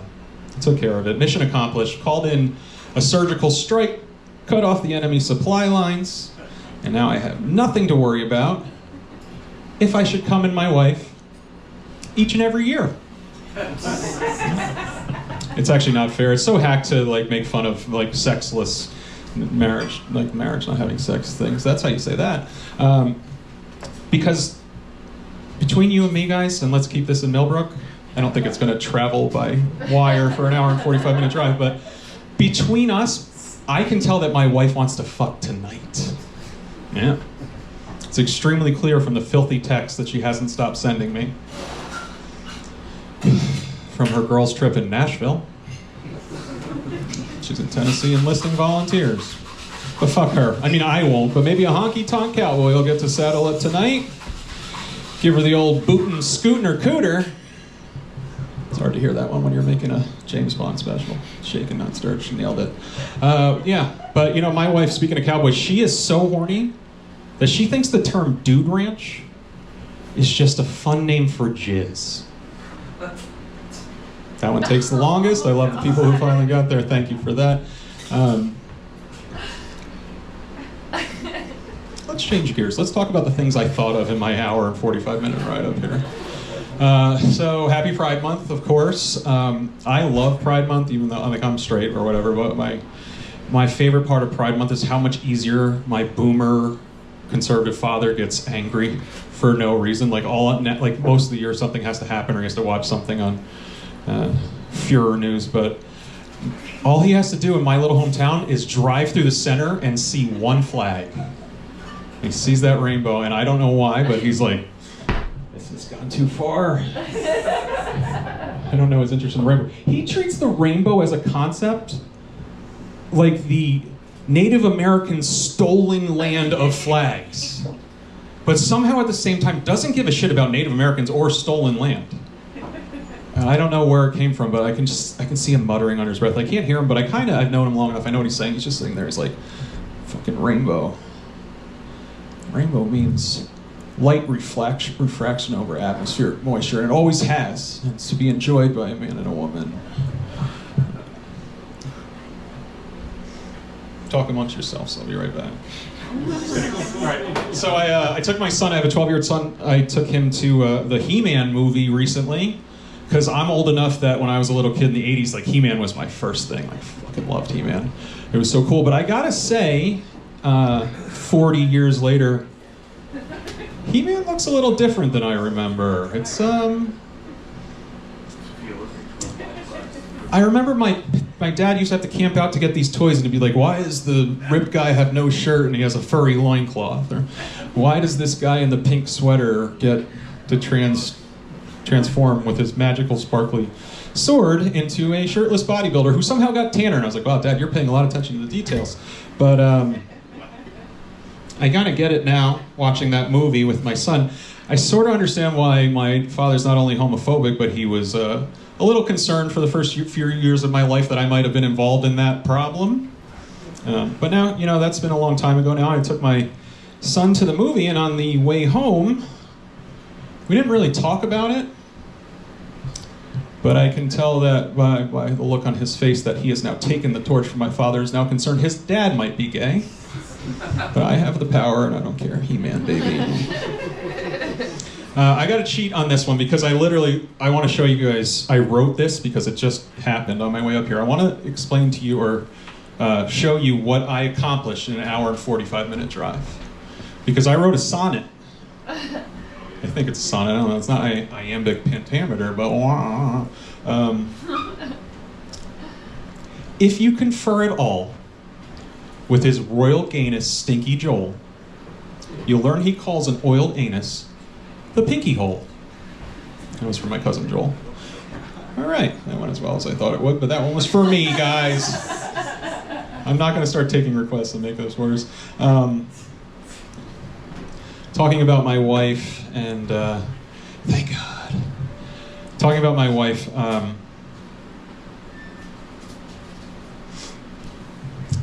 She gave me 2 beautiful kids. Whatever I say about her, at least she gave me 2 beautiful kids. Yes, and for you paying attention, thank you. And 1 ugly one, but she's got a great personality, okay, guys? Jeez, relax. It's okay. I'm kidding. Of course I'm kidding. As a father, I am kidding. She's a fucking asshole, too. But my kids are very proud of me because I recently lost some weight. I dropped about 45 pounds.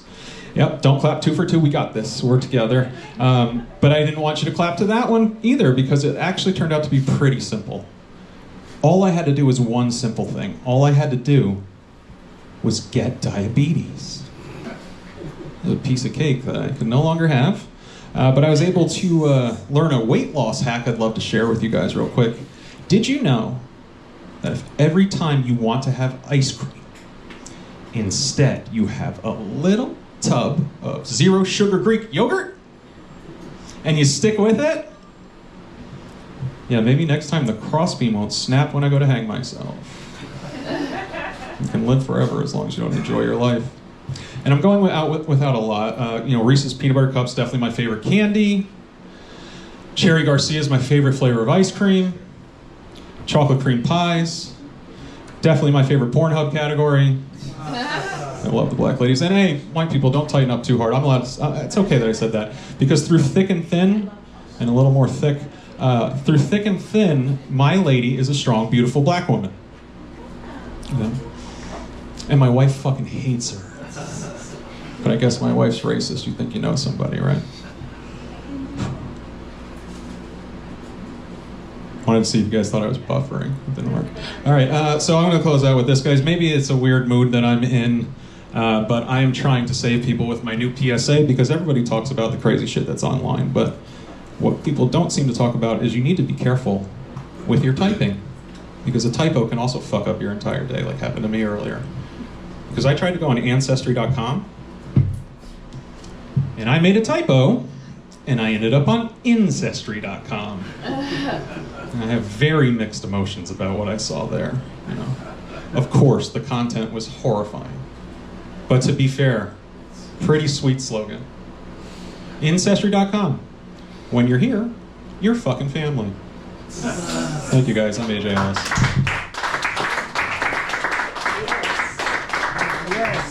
A pun involving incest. Fantastic. I love it. We have one more for you guys because the very large man went about 10 minutes over time, but he was way too big for me to try to stop him.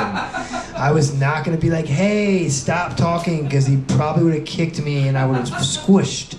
So, we're here. We got one more very funny guy. His name is Black Rock Dave. Make some noise. Stay with us, guys. We're going to have a good time and land this fucking plane. Let's do it.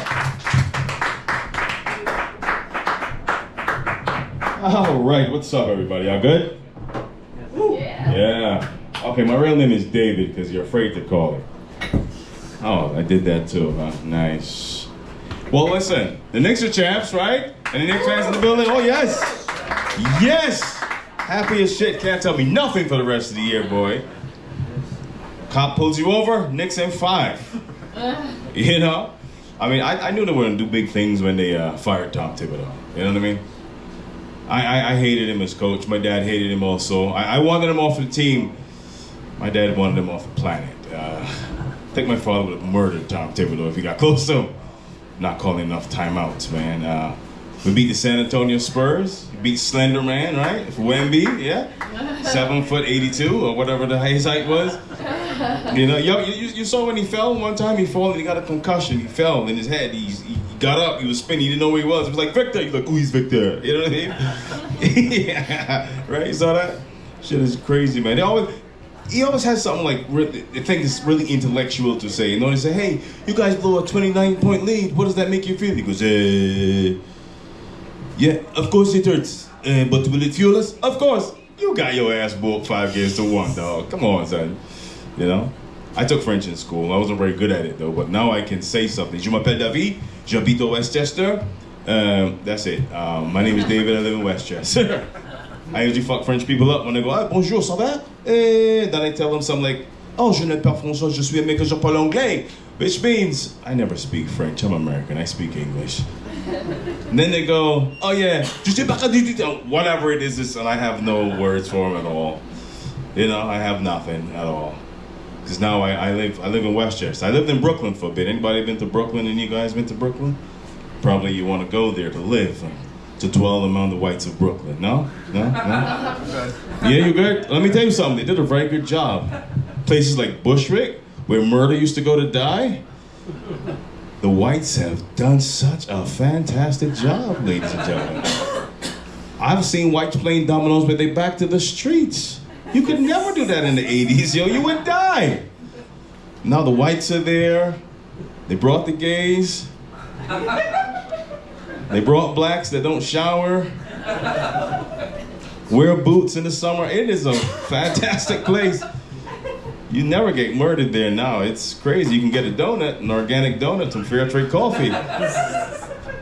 In a place that had a lot of homicides, man. So gentrification, today, gentrification tomorrow, gentrification forever.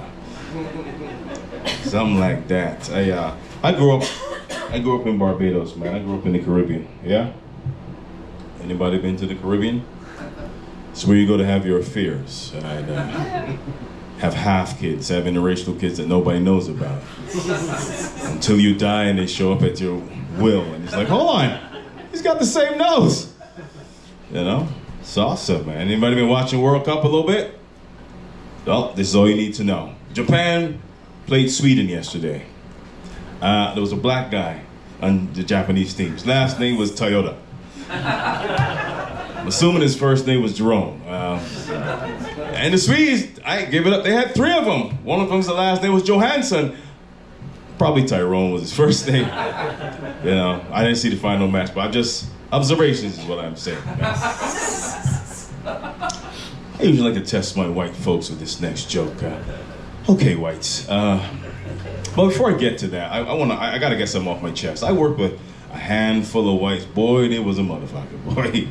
They expected a whole lot from me, you know? They wanted me to do shit like empty your storage room with 15,000 boxes by myself. Like, they got together in a little text chat and said, you know, Dave can do it. He's a super Negro, you know? And I bet you somebody was singing a theme song. Here he is to save the day, super Negro. Yeah, boom, bam! And they high-fived each other like an 80s cartoon. Now, back to you guys. present day whites. I complained about them a little bit, but it's not to you. It's not your problem, you know. It's like the same company, but just a separate division. You know what I mean? They're praying in the asses, man. They even text me today, and I was like, "Fuck off." You know what I mean? How you feel about dogs, whites of Millbrook? You got pets, sir? Dogs are cool. No, of course dogs are cool. What about you, my man? Oh yeah. Oh yeah? You, sir? 1? Dogs are good. Dogs, 3 for 3. You, madam, 4 for 4. 8 for 8. I'm not even gonna ask you. I come from a time when a dog was a killing machine. You hear me? Dog grew up in our backyard. Never had a name. They wore a chain all day. Because if you didn't keep them chained up, they would commit murder. And you know what you would feed them? Bucket of fish heads. With bones in it, lamb bones. And they be crunching that shit like, I can't wait to murder somebody today. Now, American dogs have anxiety. My dog needs to see a psychologist, my vet thinks. Because he could only eat when we are standing next to him. He's lonely and anxious. What? He has a name and 2 beds. Fuck else he wants. You know? Come on, guys. But I read where I think dogs could possibly be replaced in the near future by raccoons. No, they're breeding the raccoons with shorter faces, and they're gonna try to domesticate them. Yes, I'm telling you, they're gonna do that. I'm not making this shit up. You know? Man, let me tell you something. It's gonna be a fad. A lot of people are gonna be buying a lot of raccoons. You know what I mean? Celebrities gonna have raccoons. I think the first black celebrity gonna have a raccoon is gonna be Tracy fucking Morgan. Tracy Morgan. Sitting on the Tonight Show with Jimmy Fallon. Jimmy's gonna like, hey, so Tracy, you heard you got a raccoon. Tracy Morgan's like, yeah, I got a raccoon. His name is Lester. Reminds me of my one-eyed uncle. He lost the eye in Vietnam. And he's like, oh yeah, how was that? I love him, but I had to get rid of him. Why, Tracy? He kept having sex late at night. He brought other raccoons in and had sex. Tried to fuck the cat. Tried to fuck a monkey once. I can't have a moncoon. See, that's a monkey and a raccoon. That's what I think would happen with Tracy Morgan as a guest. How you doing, sir? How are you? All right. He's like, how are you doing? I'm all right. Large black man I've never seen before. Didn't even know they brought him up this far. It's great to see you, though. Welcome. Could catch you around the neighborhood a little bit. Show you what we do up here for fun. I roasted the man for no reason. Because he came in late to the show, damn it. White people, be on time. Can't we have nothing for ourselves? I live in a very big neighborhood, man. I got a lot of different neighbors, man. Directly across in front of me was my Chinese neighbor, man. I think I shocked her a little bit, you know? I wanted to impress upon her my knowledge, how ethnically correct I knew. So I told her, ni hao, when I first see her. Ni hao! Ni hao, ma, I said to her.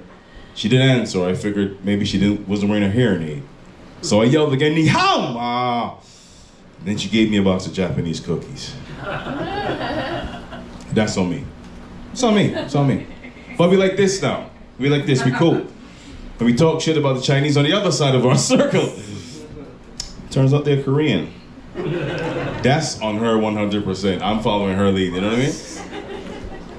Right next to them, I have the cutest couple in our circle. They both are in their 90s, married for 70 years. 70 years. She's from England. He's from the Bronx. They met here in New York and fell in love. Happily ever after. He cut himself recently and had to go over and help him. And what I didn't expect to see was a grown man naked in his 90s. That's what I saw, naked man. He was embarrassed. I was like, just here to help. I'm embarrassed still. It was a little awkward. But you know, she stepped in, she was like, why are you? She's from England. Why are you embarrassed? Is it because David sees your penis? Yeah, David sees a little penis, that's why you. And he's like, oh God. Then she turned to me and she said, David has a penis as well. David, you like to show him your penis? Show us your penis. Yo, and he just kept shaking it. He's like, oh, can't get any worse. She wouldn't shut up. She goes, if I had a penis, I'd be so proud of my penis. I'd wear boxers. Freedom. when that plant flowers me and my penis. Then she looked at him, he's like, oh God, shut up. He's like, look, you should be proud of your penis. We got 6 grandkids from your penis. He don't look at me in the eye when he sees me outside anymore, because how you doing, David? He goes scurrying back inside. Next to him, I got the coolest motherfucker on the planet. Cool as shit, my Jamaican neighbor, man. Fixes anything, everything. He got a million pieces of tools. Me, I can't fix shit. These are for light bulbs or boobies. Mostly boobies. I'm fantastic at boobies. Sometimes two at the same time. My wife be telling me some critical shit like planning for our future. What should we do? And I go, wank, wank. Wank, wank, wank, wank. Fantastic. I'm a good boobier, you know what I mean? Fantastic.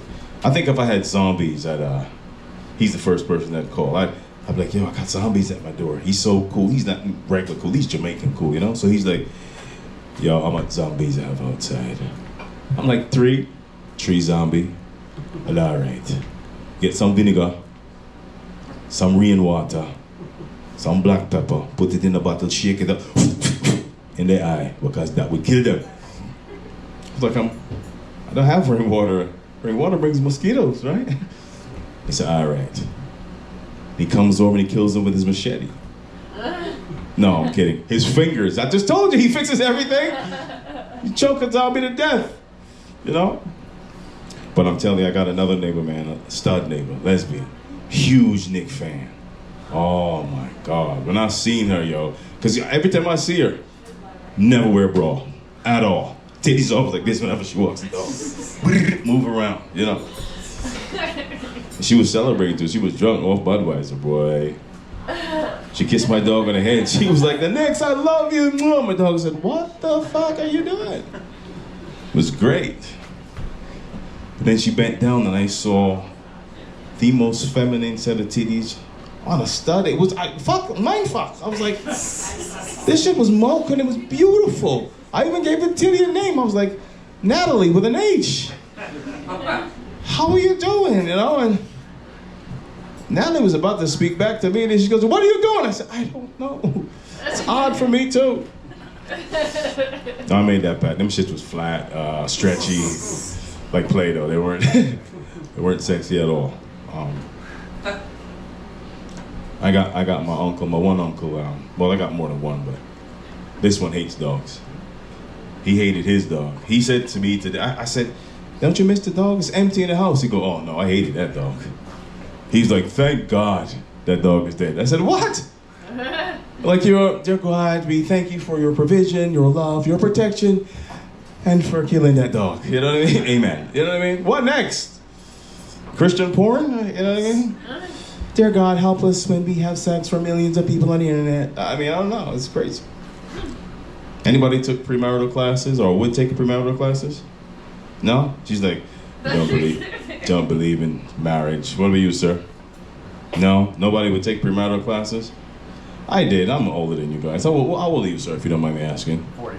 40, young. What about you, man? 33. 33. I'm 52, guys. Yeah. He's like, yeah, of course you are. Good black, it don't crack. It gets diabetes, but it wouldn't crack. The excess sugar, you know?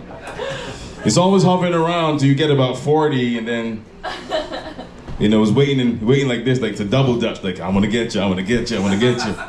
You know? When COVID happened, I think my diabetes got jealous. He's like, fuck that, you eating all of this? No way, here you go, bam, medication. Metformin, where was I before I went off to a diabetes rant? Oh yeah, marital classes. You ever in a situation where you wanted to laugh and it was inappropriate and you tried to hold it back and you almost shit yourself and fell out and died? That was me in my marital class, because this big, deep-voiced Dominican had 2 questions he asked. They was talking about living in sin and separating and everything, but he was like, hey, pastor, we're gonna get married in 3 months. Should I move out? They move back? Don't make sense. Right? And I started, because my wife, like, my fiance, damn, she wants us to sit up front. So I'm out there, like, my shoulders are shaking. I was like, oh, this is stupid. I'm trying to control myself, right? I ain't gonna hold down. I start sweating. And then he followed up with the question, because they started talking about sex. He was like, what about in the butt? Because now we did in the butt. Is that wrong? Not even in the butt. Yo, I almost passed out, yo. Almost, because if he had looked over, I wouldn't have been married today. He's like, you're too immature. But like, in the butt, yo, by a Dominican guy. Crazy. Crazy. I love Dominican people. I think, listen, anybody remember Luigi Mangione? Luigi Mangione, CEO, killer. Right, murderer, killer, CEO. And got caught in Pennsylvania, of all places. Altoona, Pennsylvania. It's a sad end to that story, you know what I mean? Like me, I've never killed a CEO before, but I would think I would need to blend in, you know? Because he's Italian in Pennsylvania. He probably stayed. You ever been to Pennsylvania? Ooh. Out there, boy, meth, Adon. Ooh. He sticks out like a Thor thumb. He got a full head of hair, handsome. They're like, oh, he must be strange. Me, I would have gone to Washington Heights and become Dominican, my friend. Hi, my name is Jose right now, right? I become a barber, get a neck tattoo, get a friggin' Honda Civic, stick shift, take out the back seat, put a speaker, become a dembow rapper, you know? What are you talking about, right? No, I like Mufongo, like dance like this, and I rap. I go here, papa. Then 80 years after he's dead, he's like, Luigi Mangione, remember they found him in Washington, well, his bones, because he's been dead for 80 years. That's the biggest heist ever. That's what I would do if I was coaching him. Like, nah, son, not Pennsylvania, Washington Heights. Just garage it here. You'll be fine. Learn a bit of Spanish. Don't wear socks ever. It'd be great. It'd be great. I'm working on some new stuff in different order. I like you guys. How you doing, everybody? Give it up for your bartenders over here. Bartenders over here. You know? Hey, Corey, you good? He's back there, high 10, as I like to call him. You got... Yes, got that. Oh, man, that's 20 minutes already? No way, I'm not having fun, sir. I don't like the news a little bit. I don't trust the news, my local news. You know, I like to watch it for weather and shit. But they pulled a fast one on me the other day, you know? Here's the announcement. Fight in a high school. No names, no faces. It was a fight. They were white. No names, no faces. There was a fight on the school bus. No names, blurred faces. And this is what I saw. They blurred the whole thing, but you can tell they black. Punching in slow motion in the other person's face like this. No name. And then they had the nerve to put the girl that's all lumped up, just put a piece of black tape in front of her eyes. Like we wouldn't know who the fuck that is. If that's Keisha, you know her. It doesn't make sense. That's why I don't trust the news anymore. Lisa LaRocca, ring a bell, anybody? You know who Lisa LaRocca is? She don't come this year, maybe. Who's your local news? You guys even watch the news? No? Ready? It's a cool tattoo, by the way. Did that hurt? Oh, yeah. She's like, yeah. But you work out, though, so it's nothing. Like, it's nothing to me. You guys are together? Yeah, we're married. Oh, fan. How long? Almost 10 years. Oh, wow. Next week, yeah. And you just turned 30? 33. 33. How old are you, sir? 34. 34. You guys are married at 60. No, I'm kidding. No, that is awesome. My parents are married for 54 years, man. Wow. Yeah. Never said happy, I just said married. They snitch on each other. Who's not taking medication and who's not taking it? Yeah. I get the call, your mother's not taking this medication. I call her, she goes, your father's on the same medication. It's crazy. And I said, what you doing, man? You know what I mean? My wife and I, we're married 20 years. Yeah, 20 years. Yeah, thank you. I just can't watch TV with her. She's from Trinidad. I can't watch TV with her mother, though. Her she gets into it, everything. Law and Order, she takes super serious. Why did us always have to rape somebody? Why they don't get the job? Go paint, go ahead, volunteer. I'm like, they're either gonna kill somebody or rape. Kill, murder, rape. I'm like, if nobody gets killed or raped, you wouldn't have a show. You got Ice-T just, doing car show. Car shield. Imagine Ice-T just car shield. Next thing you know, he said lemonade. He comes to your door. I'm Jehovah Witness now. I'll see you at the Kingdom Hall, 10 o'clock Sunday. Anybody got Ring doorbell? You see that? You seen your latest updates? Yeah, right. That's scary because that could get hacked. I used to have I had a Ring doorbell, and it would give a message like, some motion in the front yard. That's it, motion in the front yard. Now it says, Amazon vehicle moving down the street. A car is in your front yard. Uber Eats just dropped meals. Next thing you know, a Negro is at your front yard.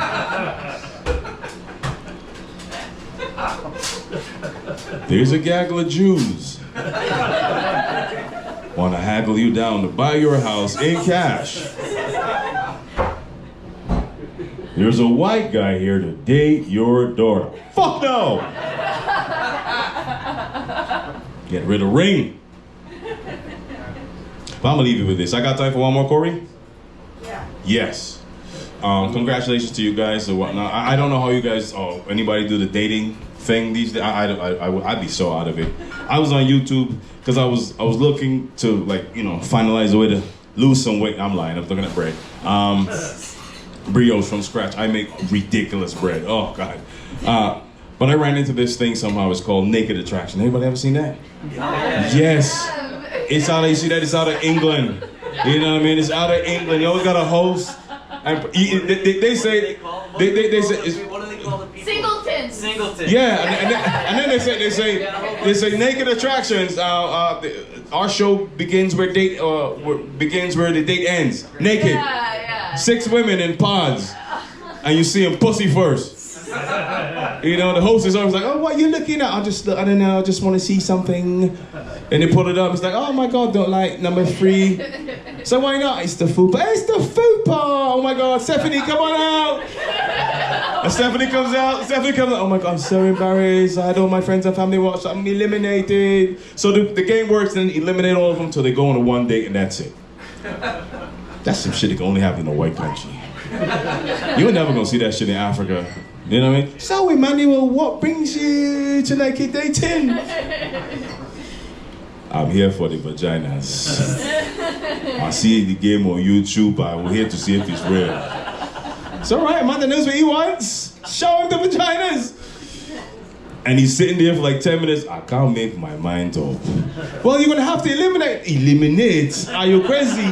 There are 6 vaginas. You're telling me I can only have 1. I'm an engineer. That is bad maths. You understand? If I don't have these vaginas, I will destroy this place, I will mash this place up. I will destroy this place. You ever had an African get mad at you for no reason? They like to use the word mash up. If their security guard goes, I will mash up your place. Let me see your receipt. Thief, idiots. Idiots. Man, this has been a lot of fun up here in Millbrook, man. I walk with Canadian money this time because this is far, you know. I was hoping to get some maple syrup or maybe talk to a moose or something or a mountie or whatever. Exchange cultural breads or something. But hey, man, this has been fun. Thank you guys for hanging in there with me. I got a podcast with the big guy, the big Eastern European guy, and it's called Velvet Sugar Podcast. We're available on YouTube, Spotify, Apple, and all the other good stuff. And yeah, it's fun. Thank you guys, man. Corey, come on up here. Keep it going for Corey, everybody. Thank you. Yes, sir. David's talking about his podcast. I'm trying to find the pussy YouTube channel you were talking about. What the fuck was that? Hey, we're going to do it again. July 11th, July 25th. Tell your friends. Bring them back. I promise it won't be 2.5 hours next time. Peace out.